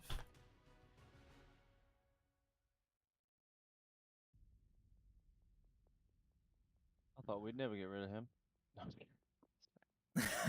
Just kidding. Just kidding. I didn't like him, but that's kind of he's That's probably kind of harsh, isn't it, Corman? That's harsh. he's probably holding his own. But I mean, there's a lot of kobolds out there. I mean, we might see him again, maybe, but. I thought he was about to be the tactical nuke. Well, he tactically might have sacrificed his life for us, so you better watch what you say, maybe a little bit, even if he was an asshole. Not very pious of me. Alright. These elves kind of are gathered up amongst themselves. The female kind of checks on her brother and then walks over toward you guys. Can I like immediately do an insight check on whichever one seems like the leader? Yeah. I want to see how obviously they like just got out of combat, but how calm they are. Like I'm wanting to glean if the situation we are currently in they're comfortable with. All right.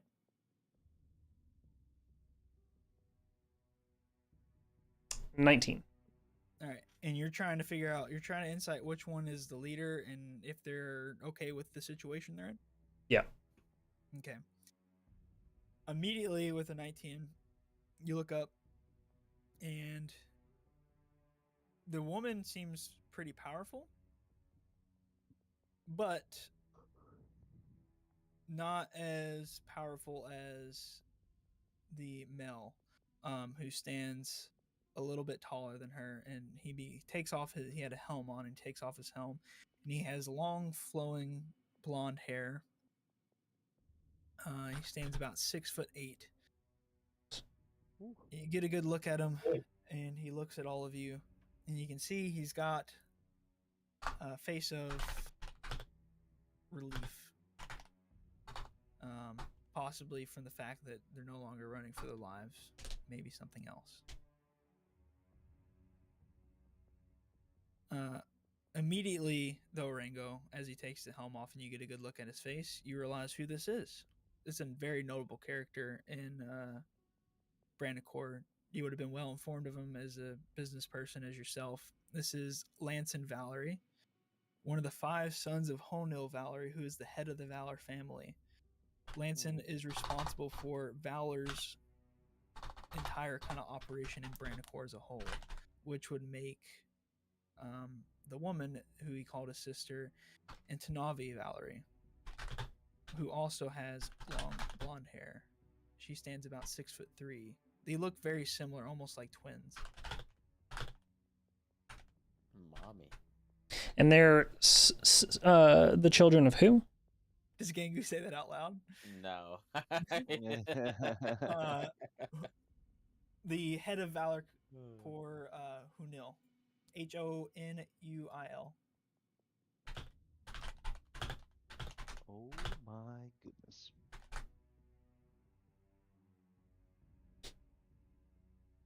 So we have essentially the heirs. Yeah. In front of us. I've been looking for you, Goldbringers. The one they call Rango, I'm assuming is you, and he looks at you, Rango. I tried to have a letter delivered to you to meet me at Port Brandicore for a meeting. Received it, but we were in a bit of a rush. Yes, I waited for you at the Parliament there, but you never showed. I had lots to discuss with you. Any of it important now? No, it is a bit late now. But now that we have you, I think me and my sister agree that with your expertise, we might be all right. Do you have any idea what's down this tunnel? We saw you all come out of it. Maybe there's another way out this way? We can't go this way. Not out through the rubble there. Don't believe there's anything good further down this tunnel. What makes you say that? Well, the further down you get this eerie feeling about you.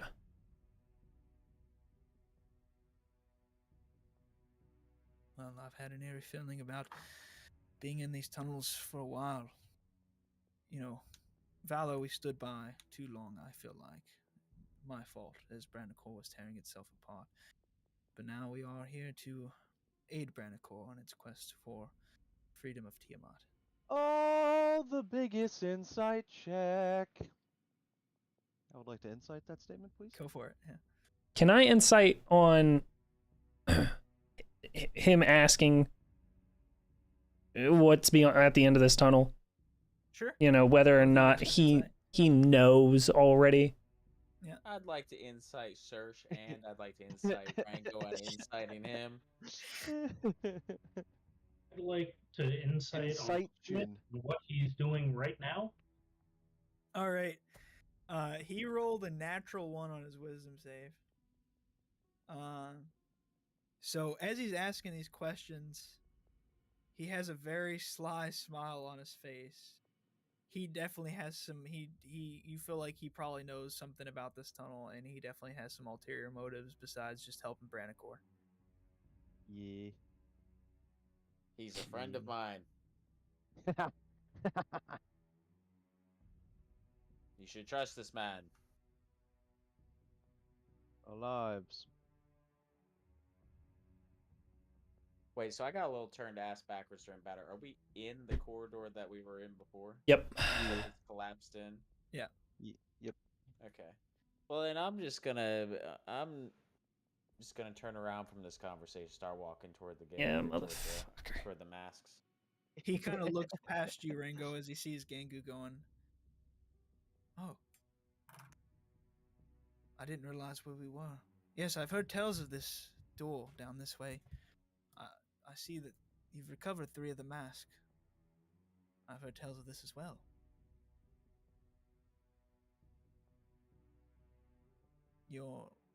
He can, as we aren't close enough that he can see the 3 masks in the door yet, are we? He can see them glowing. Remember, they have the little purplish glow. Yeah. Okay. And he can see the ones on me and Ojatai's faces. It's like masquerade style. Your dragon masters are telling us that you had a plan. We were planning on meeting you in,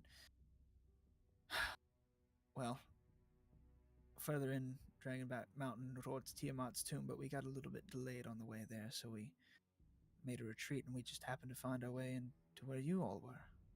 But we have heard tales. We believe some researchers of Starmount have been here before. They found some things, of which I'm not entirely sure, but they seemed quite... Insight check. Yeah. Everything he says. Not entirely sure, huh? Not entirely sure. 18. You can't get too good of an insight out of him. He could be lying. He couldn't. You don't know. He might know what's back here. He might not. Yeah.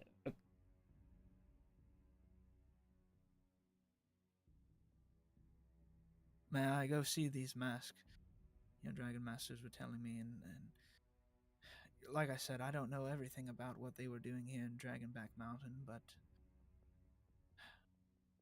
secretly I do know that Starmount is responsible for the return of Tiamat. I do know that.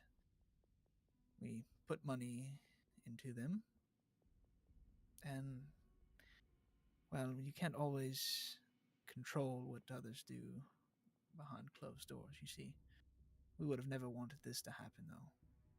What has occurred. But, Never came up in a board meeting. Well, if you would have been there, Rango, you might have heard us talking about that in our parliamentary meeting at Port Ranicore.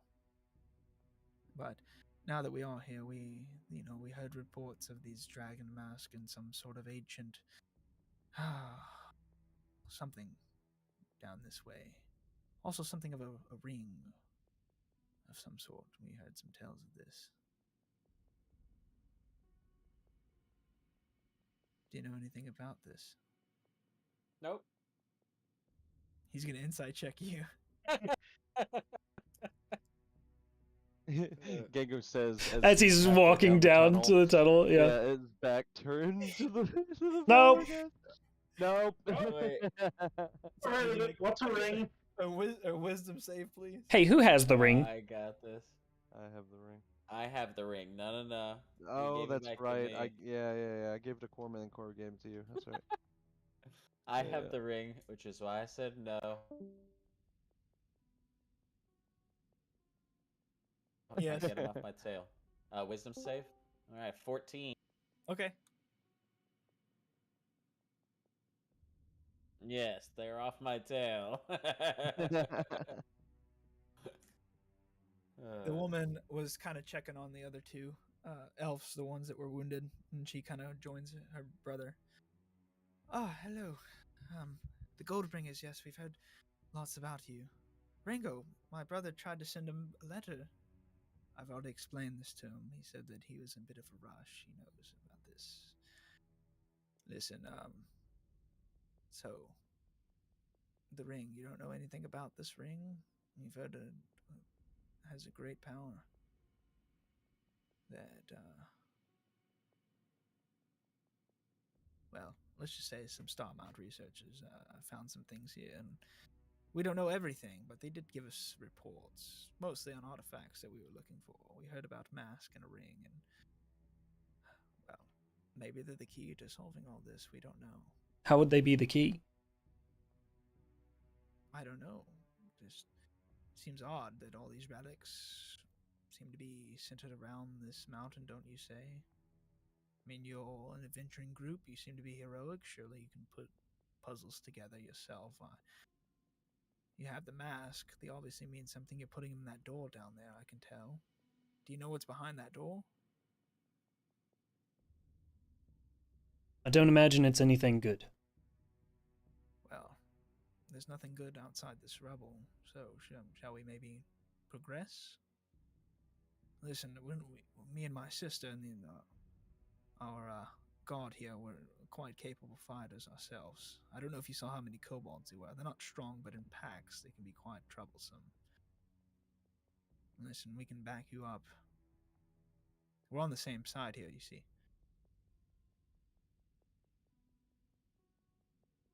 There was an insignia of Starmount on the door that the mass slot into. From your reports, do you know if they were trying to keep people out of the chamber beyond? Or setting it up? I don't know anything about this chamber, to be fair. Just that the mass seem to be... You have them, and you've been putting them in the door, but you didn't finish. I don't know what's on the other side of this door. Called a round peg in a round hole. They seemed to fit. We were curious. Well, perhaps we should progress forward. Ojitai, right? That is your name, the Dragonborn? Correct. You introduced yourself, by the way. Don't believe I caught your name.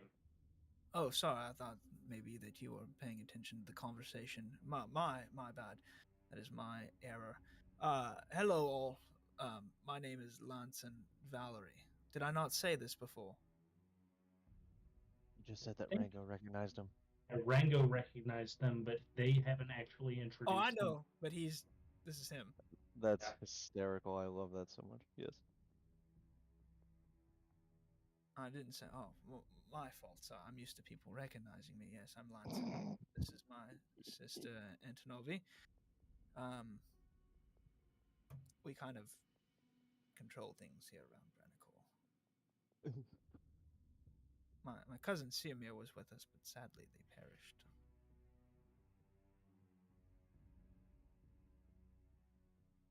Who? Siamir, cousin. She was kind of the head of well, back in where Valor, Core kind of controls its parts of Brannicore. She oversaw the policing and also things on the case of intrigue. My sister here was the head of well, she was doing naval operations while she was over in Port Brannicore, but things happened, and so now she's been kind of wandering with me, backing me up, trying to lead our people from the front. But anyways, back to it, Ojitai. Yes, a Dragonborn. I've heard of you. I talked to your Dragon Masters over near Port Brannicore when I was down there. I just want to say that we have fully... We heard... They told us things about your Bahamut. And we also know some things about this ring. We heard tales of it. I'm assuming you have it, no?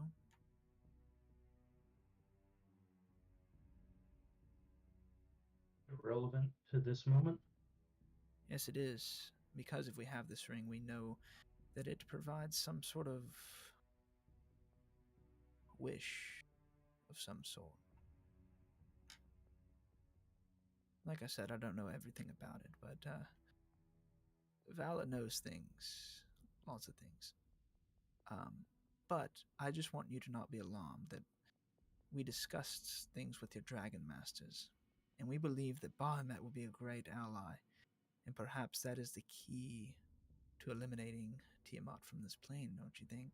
Because wishes, they can be so delicate. You wish for a god not to exist, and, well, who knows what happens after that. You wish for an event to never happen, changes the whole discourse of history. So one must be careful, you would think, no? But wishing a god to be present in the present time, no harm in that, I believe, especially when a god of an opposing side seems to be, well, so strong.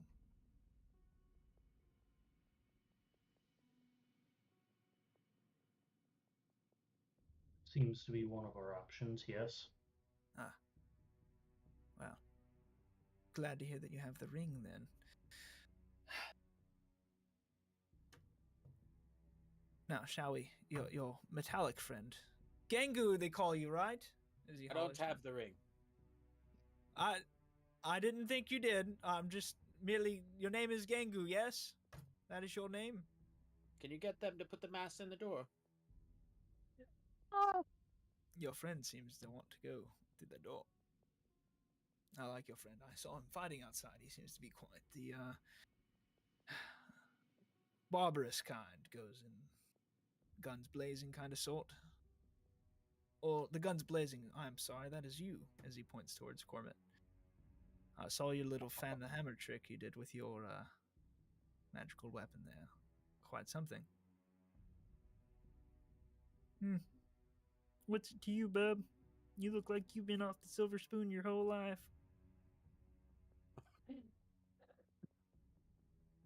Oh, yes, I knew lots of your friends down at the swamp is where you're from, yes? We had our hands in there as well.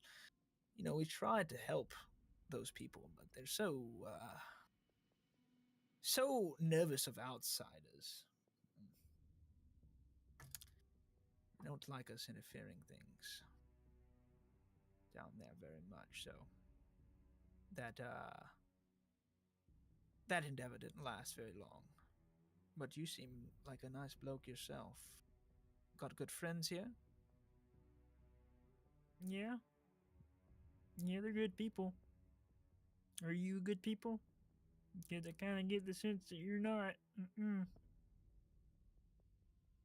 Oh, I'm a businessman. Something your friend Rango probably understands, right, Rango? By the way, your father, he sent lots of aid to us. We won't forget what the Golden Circle did for us. Gave plenty of our troops fresh equipment in recent days. Definitely a big aid in this battle that has been raging. We appreciate that. Ganger, are you down at the door at this point? I've been at the door.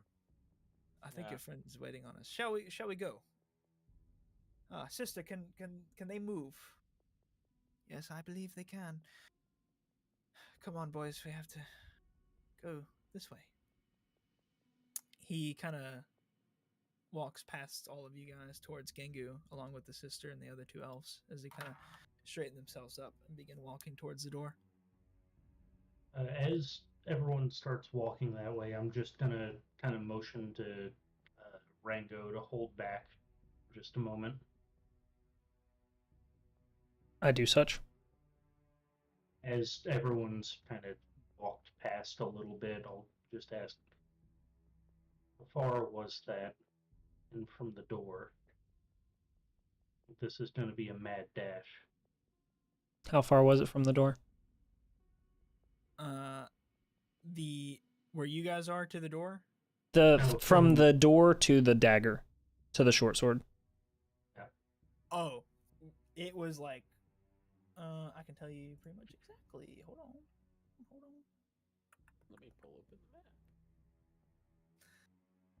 It was about 200 feet. Couple hundred feet. So, All right. I'm gonna turn so my back is to the door, and I assume I can see the elves walking toward me. There is another way out. They get towards you, Gengu. Oh, hello, friend. There was one of you that I don't know the man in the armor. He's talking about Harold. But also there's the dwarf. What is his name? My name's Sersha.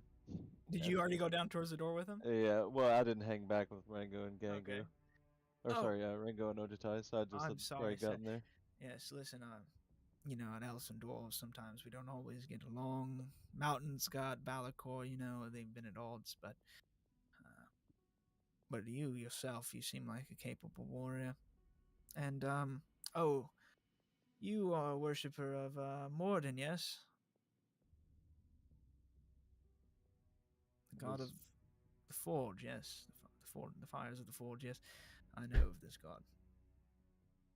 I'm not a believer in such a god myself, but I respect one's beliefs, and I've heard that yours is very strong. Has he been able to aid you in recent days? Yes. That's good. Gods are so important. You know, myself, my sister, and I, pretty much all of Valacor, we have our own deities we worship. And it's hard times like these that we call upon them. Deities? Deity. Oh, yes. We each have, I think, there's so many gods to simply choose one to worship. So, you know, we worship multiple. Some choose one. I myself have one that I'm very keen to. Very close to, indeed, yeah. Yes. So, I respect you, is all I'm trying to say. Also, I saw that you helped heal our friends out there, and I'm forever grateful of that. I will not forget this. Valacor always remembers those who aid us. Come on, you slowpokes. Shouldn't we see what's on the other side of this door? We have to make way. I would believe, right? You agree, you two? When he says that, I look down at Serge and I look over the elf's shoulder at Franco and Ojutai. After I tell Ojutai the couple 100 feet, I would have said, but there's another way out of here.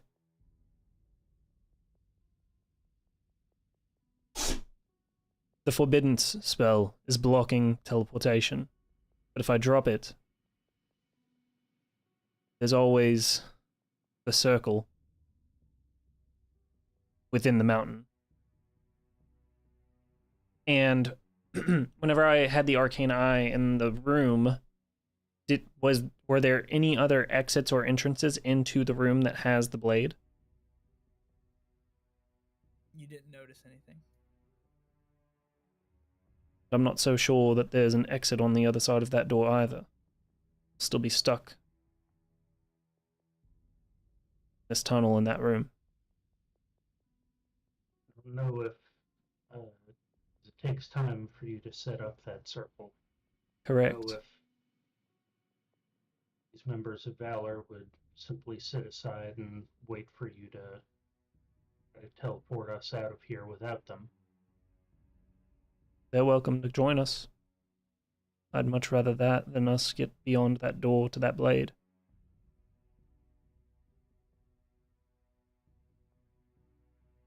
They know exactly why they're here. And they're going to try to get to that door one way or another.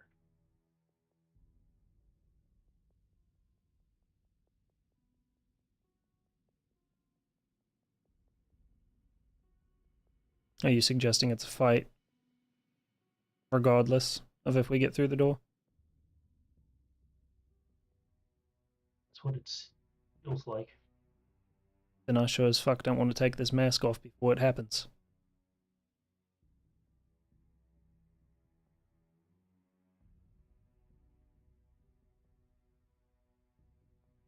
If you want to make a move, I'll be right behind you. I'm going to suggest that we take the circle out of here. And if they try to stop us, then it's on them. Oh, they're all the way down at the entrance. Okay. Just leave this all behind? I wouldn't suggest that. I'm still waiting on your mask. I'm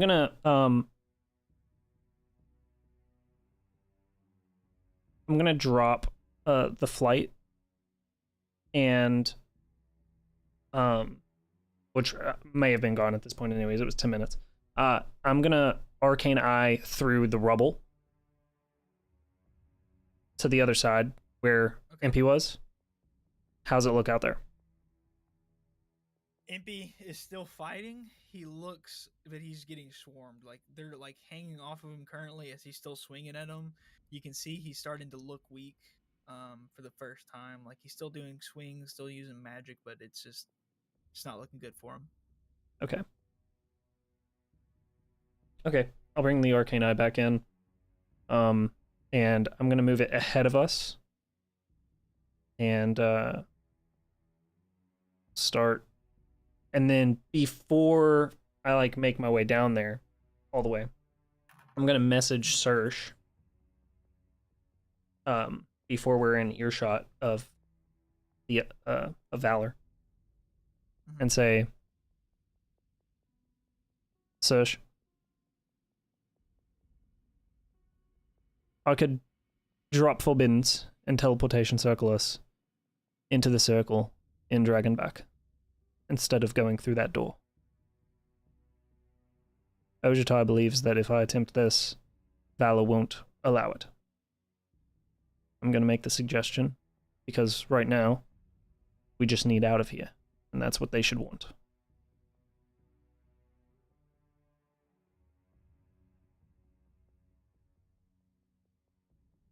While you and Ojitai were having that conversation, do I get a chance to respond to that? Yeah, go for it. Well, when you're trying to ascertain what a man's holding, the cards he's holding in his hand, one way to see him is to go all in. I say do the circle. Make him show his hand for what he really wants. The man likes to listen to himself talk.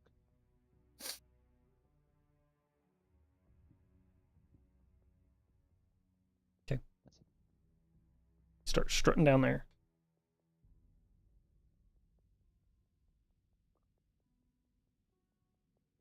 While all that conversation was happening, Gengu, Simir comes up beside you as you're standing there at the door. Or sorry, not Simir, Lanson. So, Gengu, my metallic friend, you are a project of Starmount, were you not? You say a project? Yes, I know what they were doing there. They were making automatons was like one of the things they, well, amongst many others, but there's not many autonomous constructs out there that like yourself, you know. I'm more than a project. Oh, I didn't mean to offend. That's not my. I'm a revelation. Oh, well. It sounds like that you calling yourself a revelation. You think very highly of yourself, don't you? Not highly of myself. Highly of what they've created. Yeah. A revelation. Someone calling themselves revelations almost sounds like someone that seeks control, maybe power. Seeks power. Yes. At the same time. Do you think that whatever is on the other side of this door could give us power to finish off Tiamat and do what needs to be done? Because personally, Gengu, and he kind of leans in a little close to you, I think that whatever's on the other side of this door could actually help us. Your friends don't seem to trust me very much, but I feel that we understand each other, Gengu. I would lean in next to his ear. I would use the term us lightly. You are not my friend. No, but I want to be. Surely we can at least say that we're allies by a mutual enemy.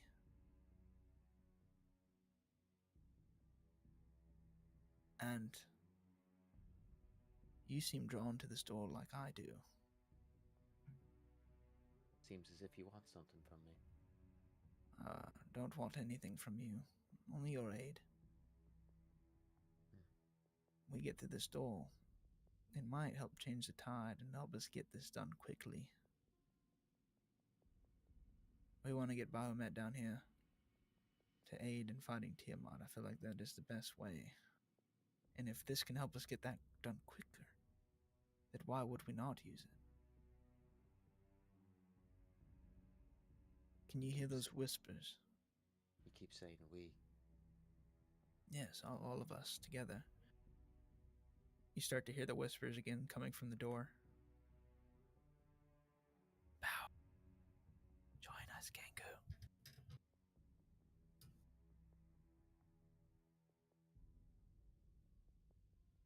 Keep saying we. Yes, I'm talking of all of us, allies in As this. if you've been with us from the beginning. I admitted to my faults earlier that Valor simply delayed its choice. But you have to understand that it's not easy to cast It's in your your people best into... interest. Now. Well, yes, Brannicle being eviscerated by this demon, that would aid nobody, would it? Where would she stop after Brannicle? She would just continue to expand and take control of things. And that's not hers to be taken control of. Oh, what? And it's yours? It's somebody's. But not hers. Nobody's. Sure it is. Everyone controls something. Approximately how far away are Ojutai and About this time they would show up. Okay. Oh, finally. Your friend Gangu here was telling me that you guys, he seems to think that, which I imagine his views are similar. Listen, we are allies now. We might not have been in this fight from the beginning, but I see my error. We could have avoided a lot of death. In that I will answer for in time, but I was telling a friend that whatever's on the other side of this, I think could aid us. And I know, listen, you've been collecting these artifacts, and I'm not saying that you were doing this for selfish reasons. I would never suggest such a thing, but if it makes you feel better, whatever's on the other side is yours. If it helps us as a group, then you can have it. Inside check. I'm staring at Rango. Yep. Just 25.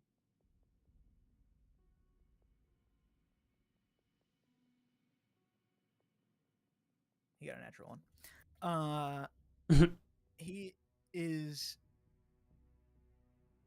You get a sense that he wouldn't try to take... He's being honest when he said that he doesn't care if he has it or not, as long as somebody here has it. I mean, yeah. Why would he want to take this fucked up cursed item? Yeah. He wants a pawn that he can have use it in his stead. I'm assuming this is above table. This is above table, yeah. no, this is Straight to it? Yeah.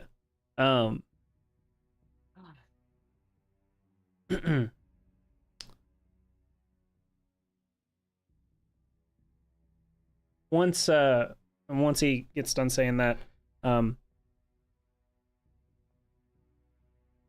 say, give me a moment.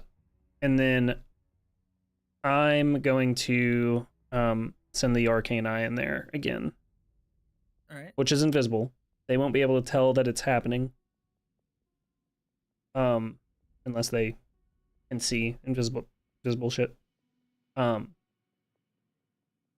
Do any of them give tells that they can see it?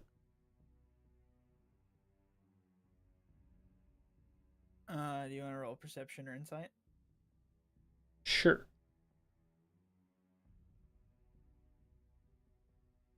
$20.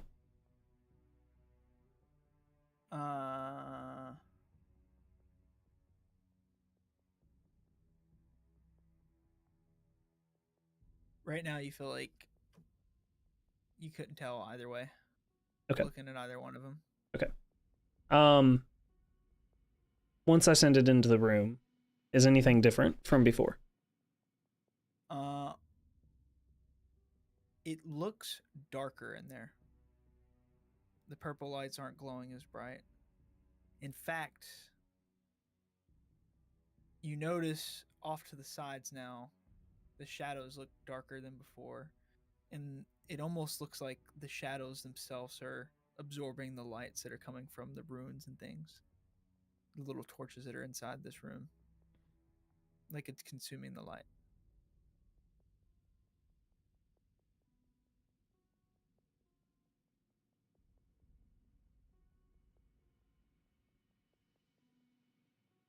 Okay. I want to get the eye up next to the blade. And then I'll say,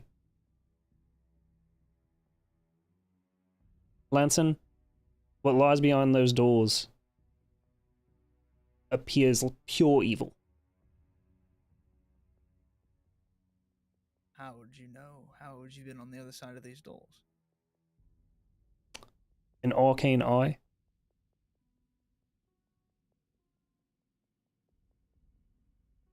Honestly, quite genius. I wouldn't have thought of that myself. Insight. No, I'm just kidding. He would. What makes you think it's evil? This item on the other side. Well, the blade appears made of pure shadow. The black hilt.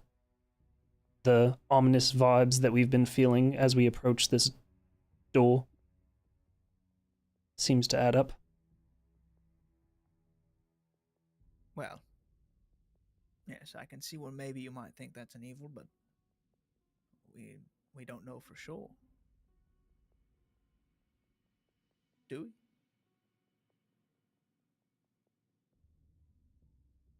Seems an unnecessary risk. We also know that. Oh, never mind. I'm just kidding. Was there anything besides this item you saw on the other side of this door?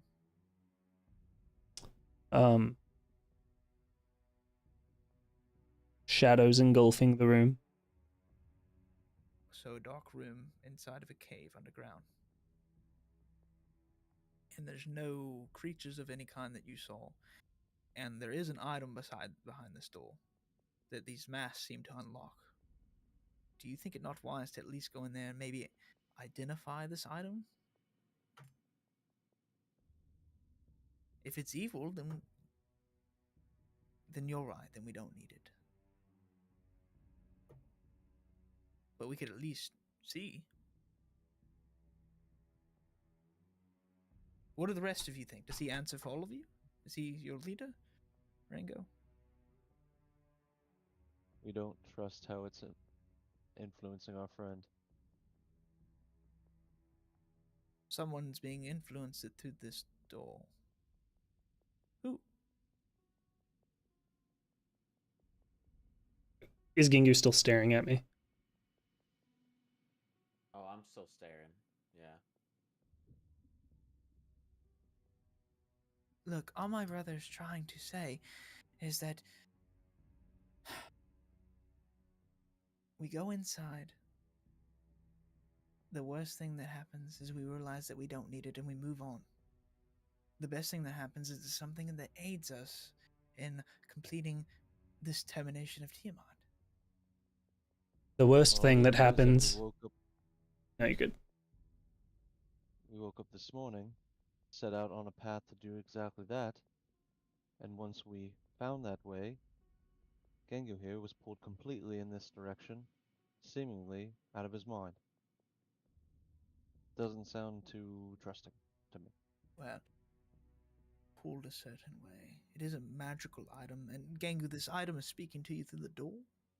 Is it a person, something talking to you?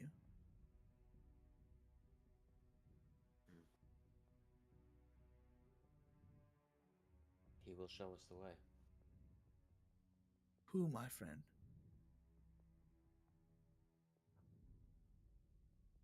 He will.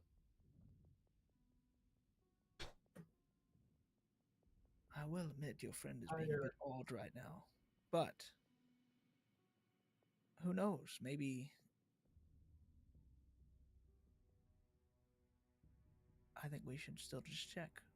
We should see what's on the other side. You're right, it does have some sort of influence over your friend here, but maybe the key of, getting rid of that influence is also on the other side. You know, unlocking this door, we don't know what it could unlock for us going forward. Entire situation, Yamat coming back, is heralded by a group that you all funded, by the way. Just going, what might happen? What could possibly go wrong? There's already been one ancient evil released onto Brannicor. Want to risk releasing another? Just for what might happen? It was never our plan for that to happen. What happened with Starmount? It was a failed project, obviously. We didn't keep an eye on them enough, and they went and did some very outlandish rogue things right from under our nose. You start learning from your mistakes then. Well, we're here now. And we have direct control of the situation, do we not? All of us? We all know we want the same thing. Just by opening this door doesn't mean we're going to awaken some ancient evil. If Gingu's already influenced, then once we open that door, that influence could spread, and it's not something that we've been able... Let me ask you something else. I've heard of, how should I put this? Some of you have dealt with other evils before, I've heard. Would you not say that there's things that are more evil than others?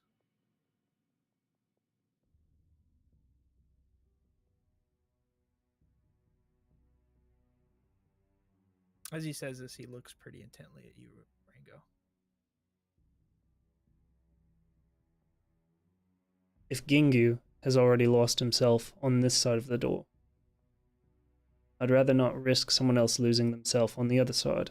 I don't think he's lost. I think whatever it is pulling him that way. It doesn't mean he's lost. Gengu, do you feel lost? I just stare at him.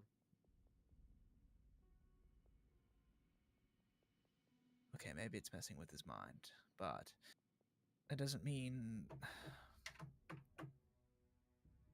What if to fix him we have to open this door? We're wasting so much time right now. He is no friend of mine. If this door opens, he does not come with. Who? Who, me? Who are you pointing at? Oh, okay. Me? Fine, I will stay outside if that makes you feel better. We will all stay outside of here. All we're asking is you open the door, see what's inside, and see if it can help. If it doesn't, we'll find another way out. Did you, by the way, you said you arcane out. Is there another way out through that way? Not that I could tell. I can do another quick scan. Might be a good idea. But if there's not, then I guess we'll leave some other way. We've been trying to teleport around, but we haven't been able to. I'm going to turn to Serge. Serge, are you prepared to identify this item? I can, yes. I'm going to turn to Ojatai. Is it a look of open the door or not?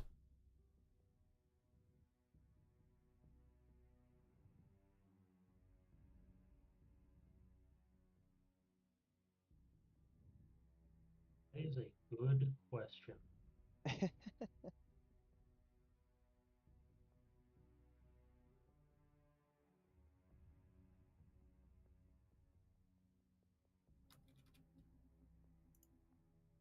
Oh,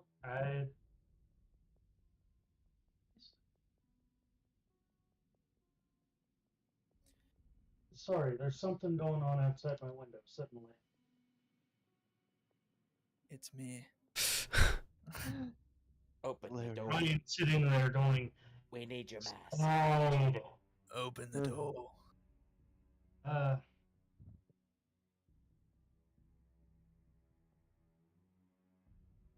I don't think that this door is the way. The moment we started walking down here, it's been nothing but bad omens.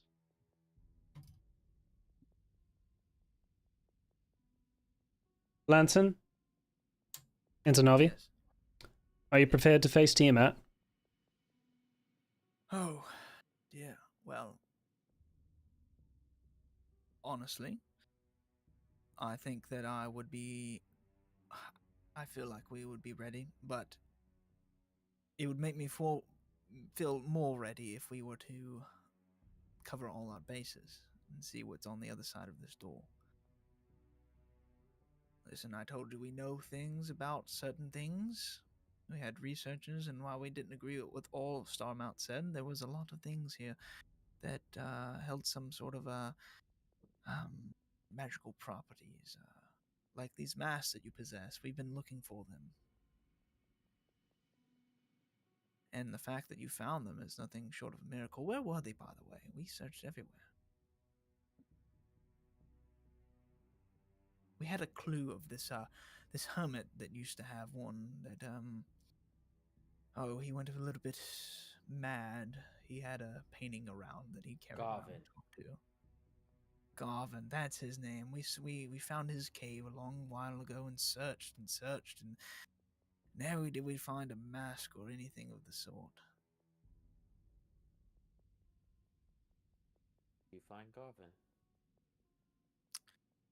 No, never did. Just heard tales of him.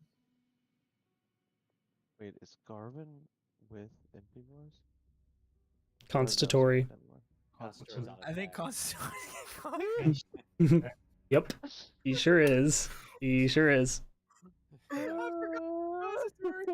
Oh my god. When you went back out there, dude, I missed, dude. It's like, oh, Impy, you're doing such a great job. I was about to say, dude, I missed out on him up. comedical genius if you would have put the eye back out there while they're fighting, and he's just like, oh, Garvin would have been doing so much better than this. I'm all cut up now. Dude, I He does missed shoot out. magic missiles in the back. He does. Dude, I missed out on all of this. Damn it. Failure. I won't sleep tonight. Yes, this man Garvin, we tried looking for him. We never found him. It seems he simply disappeared off the face of the earth. We searched and far and wide. Asked many people. The other masks, though, where did you find those? Look, not important. Now, we'll trade old war tales after this is all done. All right, let's go ahead and get out of here. And then I'm going to get my ledger open. And I'm going to look towards Sersh, Cormit, Gingu. Say, fellas, these masks are very powerful. I recommend that you take them off of those pillars. I'm going to create a teleportation circle leading deeper into Dragonback Mountain towards Tiamat. Oh, before we do this, may I just suggest something? Gengu obviously seems to want to go inside the door. There's two other masks in there, meaning at some point, some other people, I don't know who had them, felt like going inside the door. There's Cormit, your friend here, and the other man who I don't know his name, and this young dragon. Does their vote not count for anything? Should we not decide this as a group?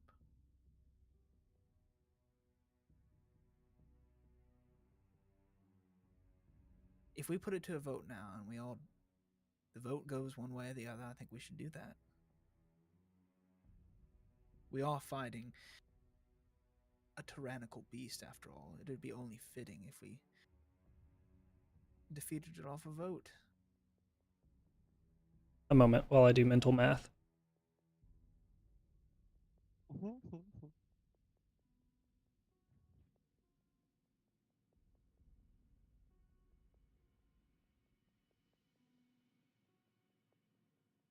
Say This we open the election door. was rigged. Currently, there are only 6 voices in this room that I care to hear from, I say we open the door. and that's not one of them. Alone. You don't value your friend Gengu, who's been with you this whole time. Wiley's clearly being influenced by what's ever. I don't think that's very fair. We're all influenced by things. Rango here is influenced by money. Right now, I'm worried about stopping Tiamat. I wonder, Rango, if what if I had all of my wealth with me? Would I be able to just buy your vote?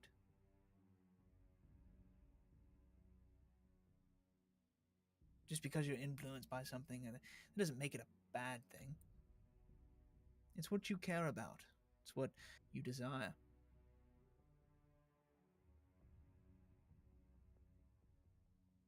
Saoirse, if I offered you a face-to-face meeting with Morden right now, if we got through that door, would you not take that deal?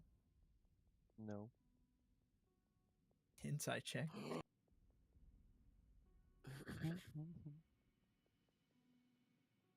Oh, why'd I have to roll low there? Unreal.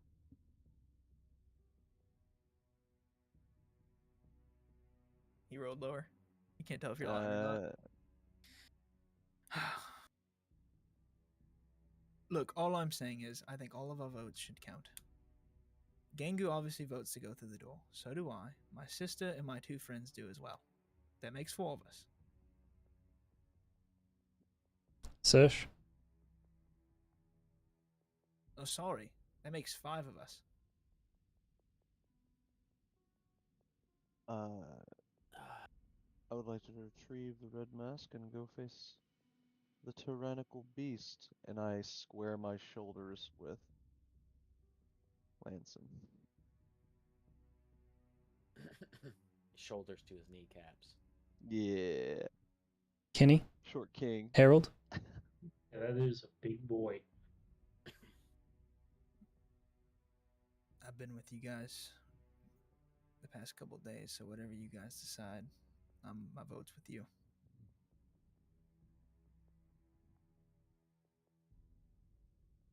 Kenny? Whatever Ojutai votes for is what I will vote for.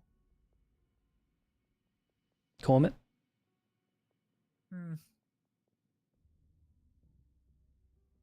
I like all my friends. Gengu, I felt like I've let down. I always will remember that he was the one who was kindest to me in the swamp when I thought I was going to be assaulted by another 2x4. And I can't forget that. If Gengu truly wants this, then my vote will go with Gengu. Damn. He's the tiebreaker too.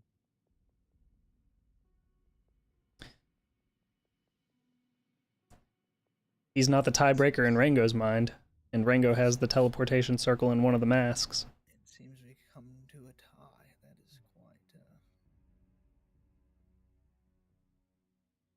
quite Every unfortunate. 2, Every time 3. Cormit I think speaks, Four, Cormit makes it 5. 6 versus 5, right? yeah, but Rango doesn't. The way I heard it was 5-1.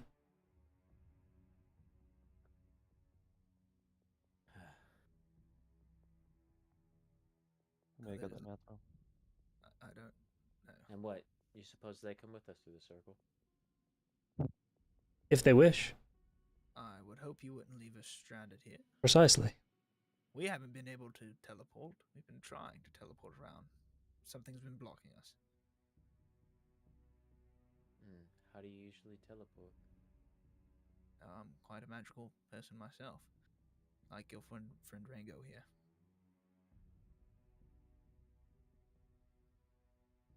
I too am a warlock myself. Wait, is your spell above table? Is your spell only on the material plane, like going across and creating circles? No. No. No. It blocks all interplanar travel. No, I mean just when you use your teleportation circle, is it only to another circle that's on the material plane? Oh, I see what you're saying.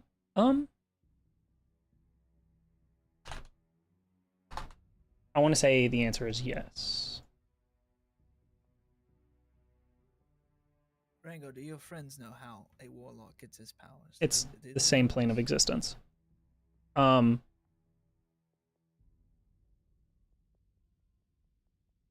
would imagine so. I've never quite Do you discussed it all with them in understand how a detail. warlock gets his powers? Honestly, quite anybody. Well, not anybody. You have to be able to sacrifice a lot. But most people can become warlocks if they sacrifice enough. They have to have a little bit of a magical continuity, but all it really takes is a little bit of aid from an outside source, be a warlock. Do you all understand this?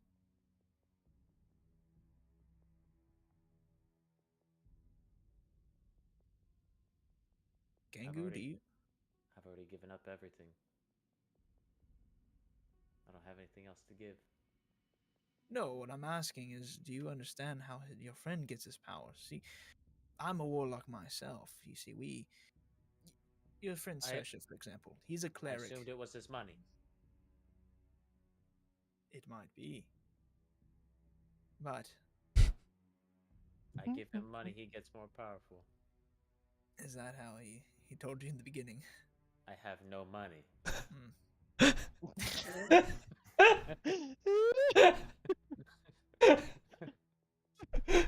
Oh god. He legitimately feels bad for you and he flicks you a coin. I have no money. And I flick it to Rango. Yo, that sounds like It's like do. Level up. All right. Well, you see, Is we it both have truly relevant right now?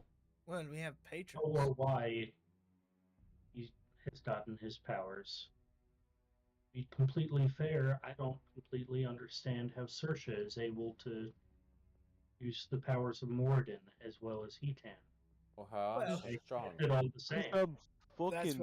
That's what I'm saying. We know that he gets his through his deity Morden, his worship of his god, through religious views. But a warlock like myself and Rango, we make sacrifices, deals with a god, a deity, some powerful being. I have mine. Rango has his. Have you ever thought to ask who's his god, his deity, his patron is? For another time. Rango, I know you're not trusting me at the moment. I know I must go through this door. But it looks like I'm outnumbered here. So, go ahead. Drop the teleportation block and let's go. Well, it looks like the vote is swung. If that's the case, then so be it. We'll face Tiamat without whatever's on the other side of this door.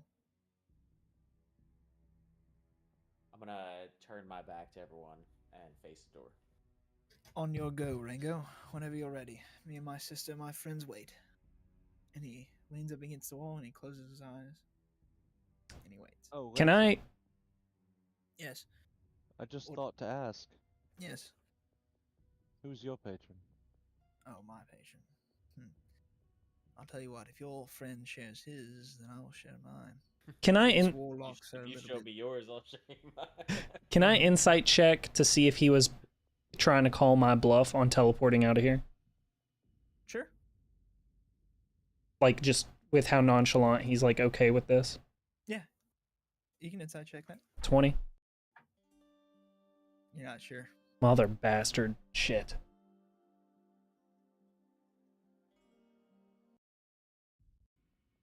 Well, Rango? Patron for a patron?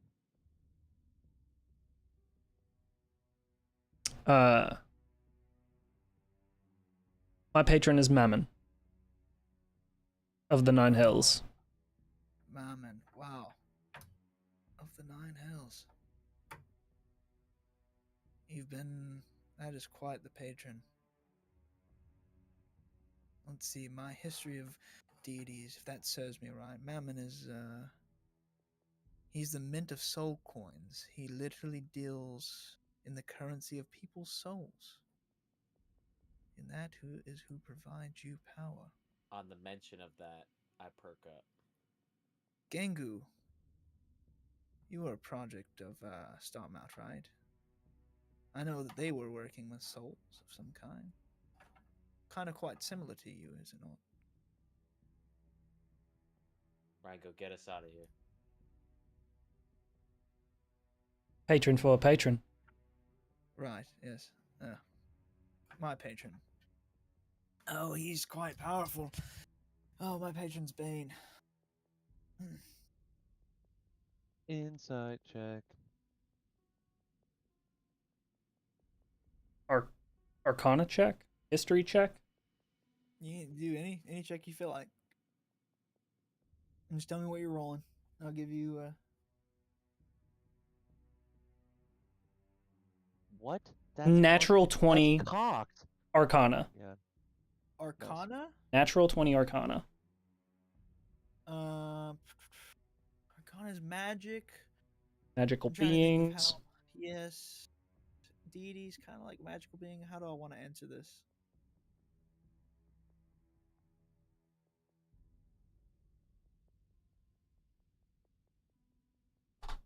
You know that this. Trying to decide if you guys would know who Bane is. Natural 20, baby. I don't know who I know. Bane is. Rango, you would have heard of Bane when you were looking through, trying to find your patrons. When you were going through the phone book of patrons, you said. Yeah, when you were going through the phone book of patrons. Bane is a god of absolute control, power. He wants control over everything. Thought typically of as a very evil god to worship. Bane's followers stop at nothing to expedite his one goal of total control over every realm, every person, everything.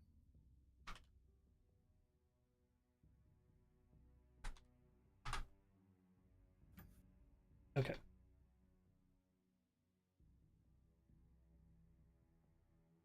So at the mention of Bane, I'll just grin. That adds up. And then I'm going So to is yours, to be fair. Mammon, I have my suspicions, but I mean, that seems very cliche for someone who's all about money. Someone who deals in currency, that's... I mean, you couldn't have hit the head more on the nail, my friend. The nail more on the head. Yeah, just hit the head on the nail. So quick in your glass house. It's really quite inspiring. You're surrounded by stone. You seem to find everyone to calf. What me? I have several glass houses. It also tracks. let's start making the circle. Yes. Wait, did you disband the teleport block? I was planning on doing it because it's a ritual to create the circle. So I guess you can start it before it still works. I intended on dropping it before I finish the ritual. Gengu, Lanson kind of comes over towards you. My back is to him. Yeah, he just walks up beside you as you're looking at the door. You know, it must feel quite hard, given your history, Rango, dealing with souls, dealing with a god that deals with souls. Quite bad. You know, like I said, we know things in Starmount. We knew of some of the projects, but I won't lie, I did know about you. I had your file.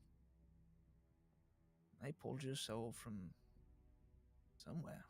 I don't remember exactly what plane they pulled yours from, but they mentioned all these memories of your parents and all these things. And the poor bastards at Starmount, well, not poor, they just are bastards. They eliminated those memories for you for a long time, didn't they? So cruel to take a soul, a resting soul, in whatever plane it was resting and disturb it. To think of souls being used as currency, that is quite, well, maybe worse than in your case. Nothing more than a coin, something to trade with. Piece of property. At least you were given a little bit of freedom. Anyways, look, you seem like a person that wants to forge his way in this world, wouldn't you say? You've been looking for identity, I imagine. It's like a whole new life for you. Yes? I just give him a nod. Well, like I was saying, anyone with, a little bit of arcane know-how could gain powers of sort through a patron. It might take a long time, but you've got, well, as long as we keep you well oiled, I mean, years and years ahead of you. Wouldn't you say? That's quite a long time.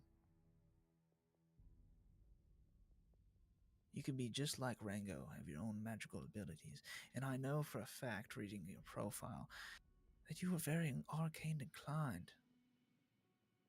Orlo, was the head of your little operation. He was quite knowledgeable in the arcane arts, even more than me, and I consider myself quite powerful. He was a wizard. He studied naturally through many years of studying books. So, I give him credit for that. I took the shortcut, I guess. But, anyways, if you're interested, obviously it might not be today, but in the future, Bane is always looking for more servants of his, to execute his will. Do you think I'm evil? I think we're all evil. Well said, my friend, well said. Everyone's got a little dirt under the nails. Nobody's clean. So, but if you're working with a powerful deity who's about control, maybe you can help influence how their control acts upon the world? All I'm saying is, you seem like you want to have an effect. And I know a way for you to have great effect. Hopefully, we both make it through this and we can discuss this afterwards. What do you say? Say we'll discuss it when the time comes. Very good. Rango, my friend, how's that circle coming along? Need to focus. All this mammon in your ear talking about money. He kind of lays back up against the wall and gets some rest again. I'm gonna do 2 athletics checks to get the black and the white mask off the wall. Okay. 18 and 26. Which one's 18? Which one's the 26? White mask was 18, black mask was 26. I'm wearing the black mask, but I thought, or what? Green one. Cormit's green, yeah. Green. You pull off the green mask and Alright, pull it out of the slot. I'd try for the white one again. I'm gonna do it till it comes off. 20. No. Nat 20. Yeah, you managed to get the white mask off. There's my nat 20 for the night. Could you grab the red one too, please? I thought you already got the red one off.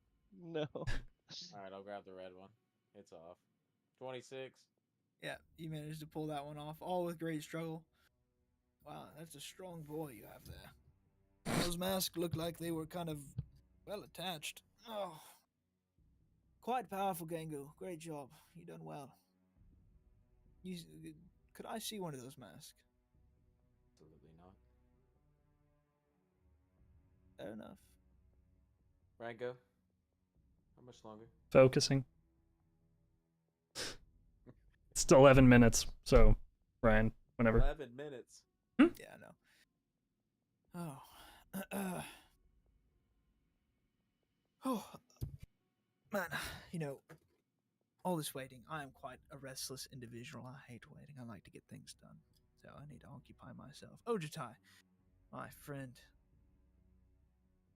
Your dragon master seemed quite keen of you. He spoke very highly of you. I couldn't be more pleased to enact the idea of somehow bringing, however you plan on doing it, bringing Bahamut back to kill Tiamat, as that is what they wished. So I imagine you're going to execute that will.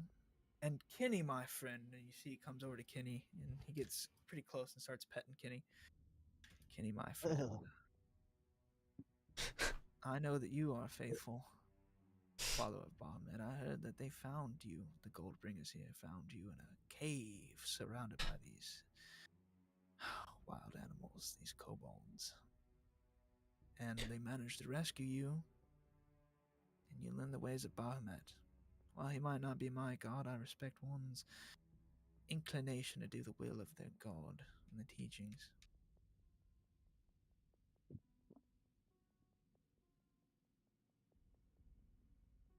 As he approached, and he just a hand instinctually goes towards sword, like, don't you fucking mess with my boy.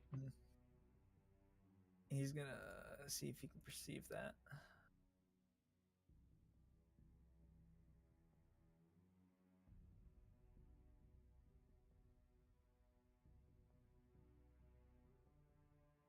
Don't worry, friend. I'm not hurting your friend Kenny. I realize he's not like the other drakes around here. He's much more like your dragon masters. Just like those good people, those good dragons. He gives Kenny kind of a pat. Rango, how's that circle coming? Any closer, my friend? I ignore him. What's the temperament of his sister and the other Valor soldiers with them? His sister is like just kind of watching him with like a little bit of a smile on her face.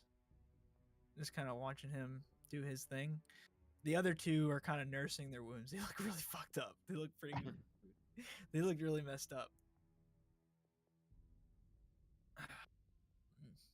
Let's see, who haven't I talked to? Coleman. Coleman, my friend. Boy. So you have from the swamp, don't you? Mm-hmm. Not much of a talker, are you? Mm-mm. Coleman, my friend. I'm just making chat with you. Like I said, we tried to help the swamp ones, and they didn't have us. They wouldn't accept our assistance.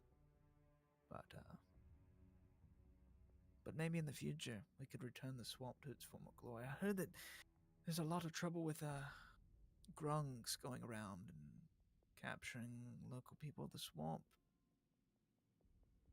We could get rid of those, make it a peaceful place again.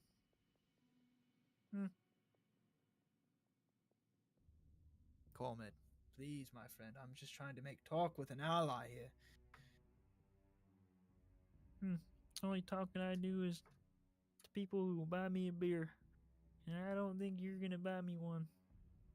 Well, maybe after the fight, my friend, I will. I'll change your mind.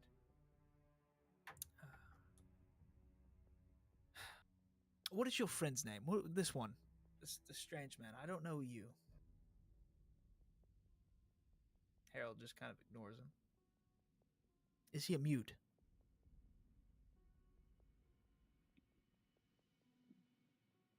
Hello? He's just not amused with you. Oh, I see. So he's not a mute. My friend, What is his name? Can I have a guess? What about Terrence? Terry, something with a T. Tormir? Tyler. Tigglesworth. I don't know. His name. Please, friends, help me. Introduce me.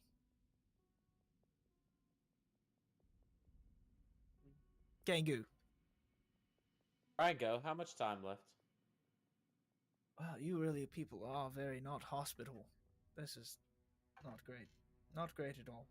How am I supposed to trust you in a fight? If I can't even know all your names, simple thing like that. Even enemies know their names.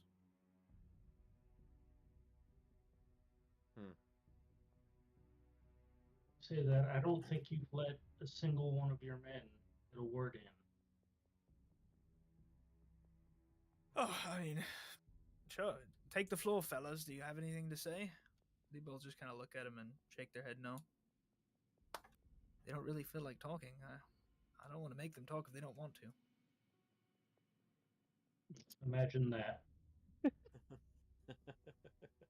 I can see the irony of that, but I know them. They're okay, I might not know their names exactly, but they're great gods. They've been around for quite a while. These two.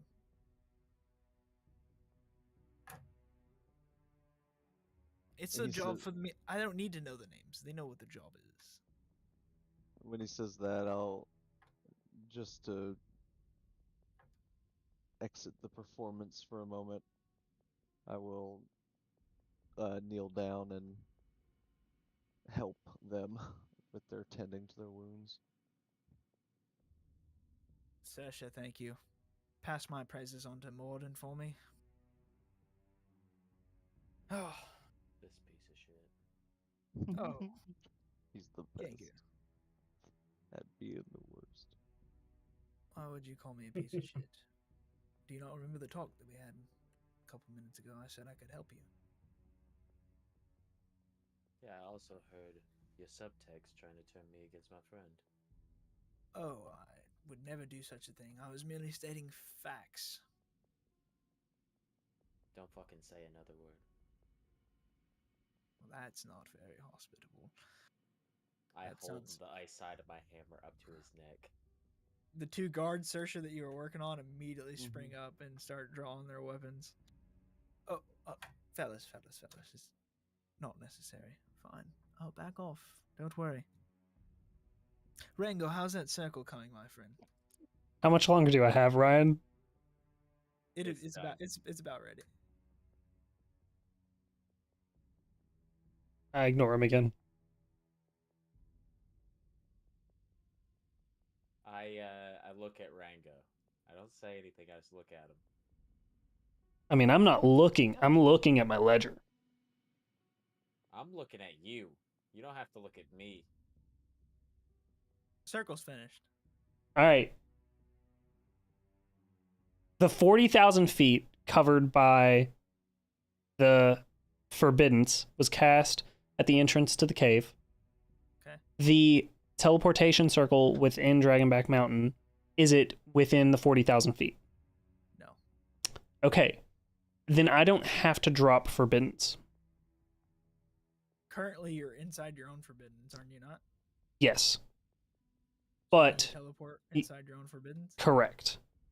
The spell proofs the area against planar travel and therefore prevents creatures from accessing the area. From a different plane. I gotcha.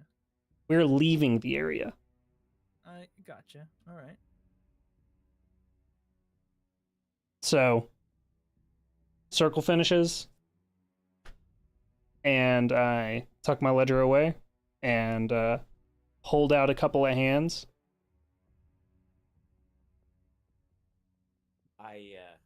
Oh wait, this isn't planar shift. I'd hold my hand out. So wait, might I inquire, where exactly is this circle taking us? This teleportation circle? Closer to Tiamat. closer to Tiamat? Like what? Like right on top of her? Like in her tomb? Pretty close, yeah. Oh, that great. So we're just gonna teleport into where Tiamat's lair is and just. Here you go with we again. I'm coming with you. You know, you all have brave swords. I give you that, but I like to think of myself as quite a smart individual, and teleporting into the middle of a god's, lair, a god that is not exactly pleased to have us there as a guest, doesn't seem like, like that good of an idea. But Welcome to sit here in the cave by yourselves, then. oh, I would never do that. I would never. I wouldn't let my new friends go and fight on their own. Of course, I will come with you. We are My not your sister- friends. My And you are not coming with allies. us. Well, that was never agreed with. At that point, I take out the cubic gate and cast planar shift on him.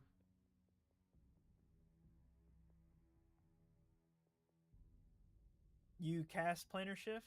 I double click it, and he has to make a save to not go where I say. As intent, like You're doing this? I'm doing this because I do not want this motherfucker with us.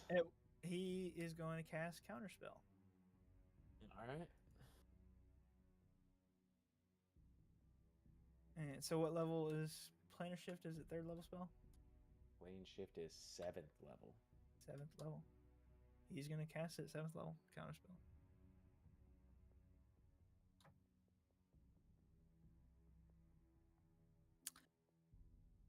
He tried to send me away. Where were you going to send me? I'm just curious. Where you belong. And where would that be? With your fucking deity. Bane. Do you know where Bane resides? Do I know where fucking Bane resides? You know, Orcus was my bitch once. Alright, well, Orcus is one with the 9 hells. Bane has his own plane, you know. Well, it doesn't matter. Because you're not going anywhere. I'm not, no. You're coming with us. Very much so. Friend. Yep. And, you know, I understand a little bit why you're, Oh, can be quite shit. annoying. Hold your words. Plane shift me. I put my arm around him. And You're gonna make quite the acquaintance. I had to use counterspell to not go. You do realize that's part of my power, right? That's gone. That I can't use in the fight anymore. Well, good. And at that note, I do it again. How many uses does the cubic gate have? 3. Oh, okay. He casts counterspell again at 7th level. Okay. I thought you said you didn't do it again. I never said that.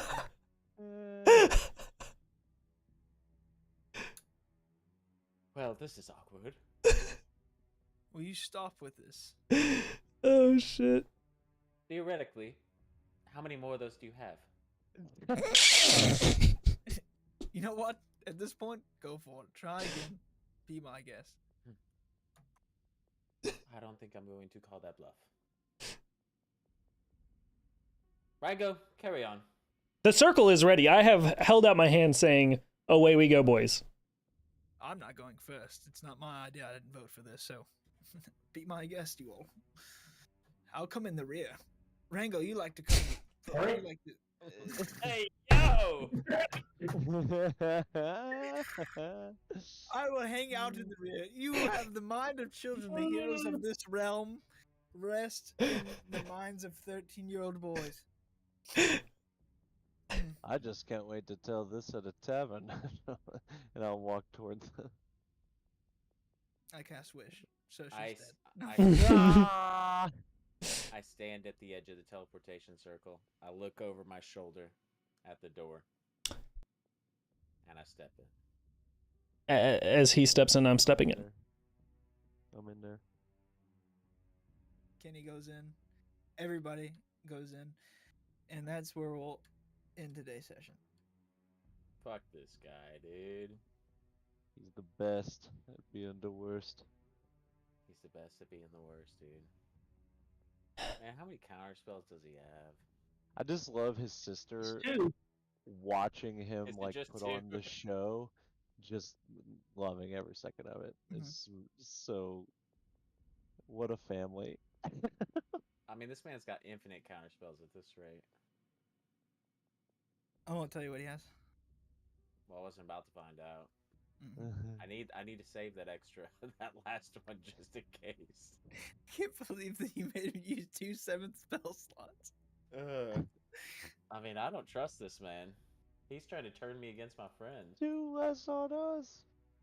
Although I don't now know. that he says it, Rango's deity's kind of fucked.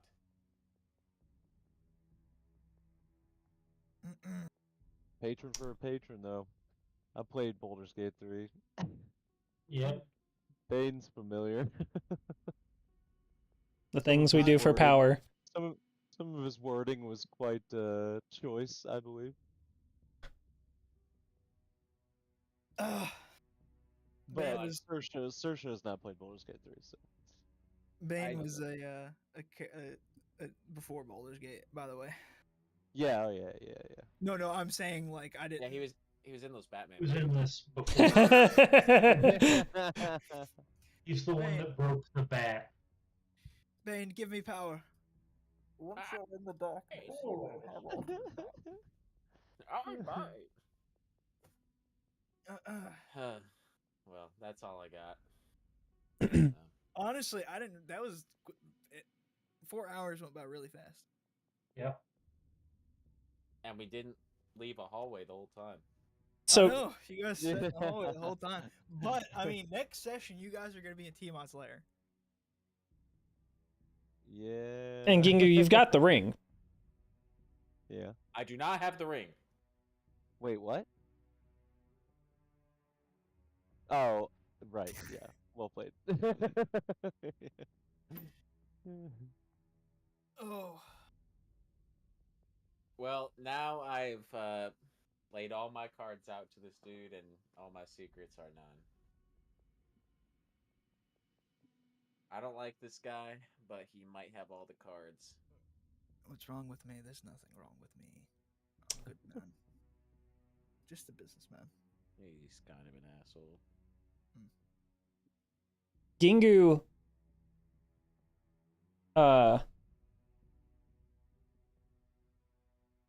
Kalen Clayson is from the Shadowfell? What is When he died, he went there. right? But he's from west over the water from what, Port Brandicore? Yeah, so he's like you grew up like on an island basically. Yeah. Yeah. There's like a bunch of islands kind of out in the ocean. You were like an island. You were an And island boy. I was on a boat going to Port Brandicore to essentially start my life, and then Yeah, your parents tragedy. wanted a better life for the family. Yes, sir. Yes, sir. And then they ripped my soul from the Shadowfell. Shadowfell. The Hound. The Hound. Now I'm here with you fuckers. I just want my mommy and daddy. There's no mommy daddy bag. I just want my mommy. I could provide this, you know. Am I God, man? Fuck up. I do love, I love Lanson setting up the big bad of campaign 2 as being the great and all-powerful Gangu of the world. Dude, you get rid of Tiamat only for Gangu to take control of fucking. The last hour of any session this long, my character just degrades into fucking mush. Like, all morals out the window. Just vomit mouth, whatever. No. Yeah. I was thinking about sending this dude the material to the like ethereal plane anywhere, really, since I saw the man. Yeah. It's like, if we open this door and he tries to make a run for it, I need to send him. I mean, at one point, I was just sitting there going, if people start making a run for it, I can outrun them.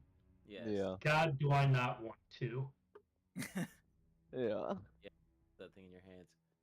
I was hoping the way it would go down is we send leader guy to a different plane. His sister's there with his crippled family members. We open the door. We force her to take it, and then we use her as a pawn. Or I use all of the plane shifts and send everyone but one of their crippled relatives, and that man is the pawn. I don't think we need that fucking What's your blade name, in son? anyone's hands. I'm Danny. And I don't think we would be the ones giving orders to the pawn. Yeah, it might be the other way around. It's also, we don't know just how terrible the sister is. It's just Lanson likes to I talk. don't know, dude. That smile at what he was doing, she knows exactly what he's doing. Exactly. I'm not he's saying that toying with she's all of us. good. Yeah. I'm saying she might be fucking worse. She's just letting him have his Oh, moment. I see. She's definitely I see. crazy. Yeah. I see. Yeah. Alright, They're yeah, not please. good people. Hey, Oh, but now that we know a name, I can do another commune in a lot. Well, somebody has the wish scroll. We can wish him off the planet. Yeah. Well, before, like, when we asked about, because, like, above table, I'm now under the impression that Bane, of course, is the silent deity working with Valor, which makes sense if I understand what I think I do about Bane. But yeah, before I was only able to ask Morden, "Hey, is a deity working with Valor?" And he could say yes. But now I have a name, so I can ask if it is. Right. And if he says no, we're back to square one. And then we're back to square one. No harm, no This foul. dude's a lying sack of shit. No harm, no foul. And we should have exiled him to the Shadow Realm. That is true. Nobody incited if Bane was his deity. I or did. not. Did you incite? Mm-hmm. Did you incite that? I believed him. I thought about rolling insight, but I don't think that he would have lied. No, I think he's telling the truth. I mean, somebody that braggadocious, right? He's not gonna lie about where he got his powers at. Yeah, because the amount I I know incited when about- Cole Arcana'd, and he got the nat 20, and Yeah. I don't bit think my I insight know actually about- would have known if he was lying. It was only like a 17 or something. The bit I know about Bane, as soon as he said it, it's like, all right, yeah, that tracks. Yeah, That right. Yeah. will make sense. I I know was trying nothing about not to let that impact Search's decision. Right. Search knows. I mean, now that you know who the god is, I don't feel like literally like he's the god Lucas of like Bane. tyranny and power, right? Yeah, like, yeah, literally like his whole thing is literally like I said word for word, his ultimate plan is to achieve total domination. Like that is literally his whole thing. Yeah. He just wants Why are we control. allowing this dude to come with us? And I, also above table, I also think that sword, or I don't know, I think all of this has to do with Bane. Like the tunnel and the chamber and the sword and all that stuff. Above table, Gangu would have still been persistent to go through the damn door, but Lucas wants to move on. So we had to make a decision. Like, we were going back and forth. I was like, all right, I need somebody to like. This has got to end eventually. Because if I truly have to play the part, I'm standing here blocking and hurting anyone who tries to take these masks off the door. Yeah. But then if no one puts the other two masks in, we're at a stalemate. It's like being at like the nuke control panel with the keys far enough apart. It's got and you only have one person.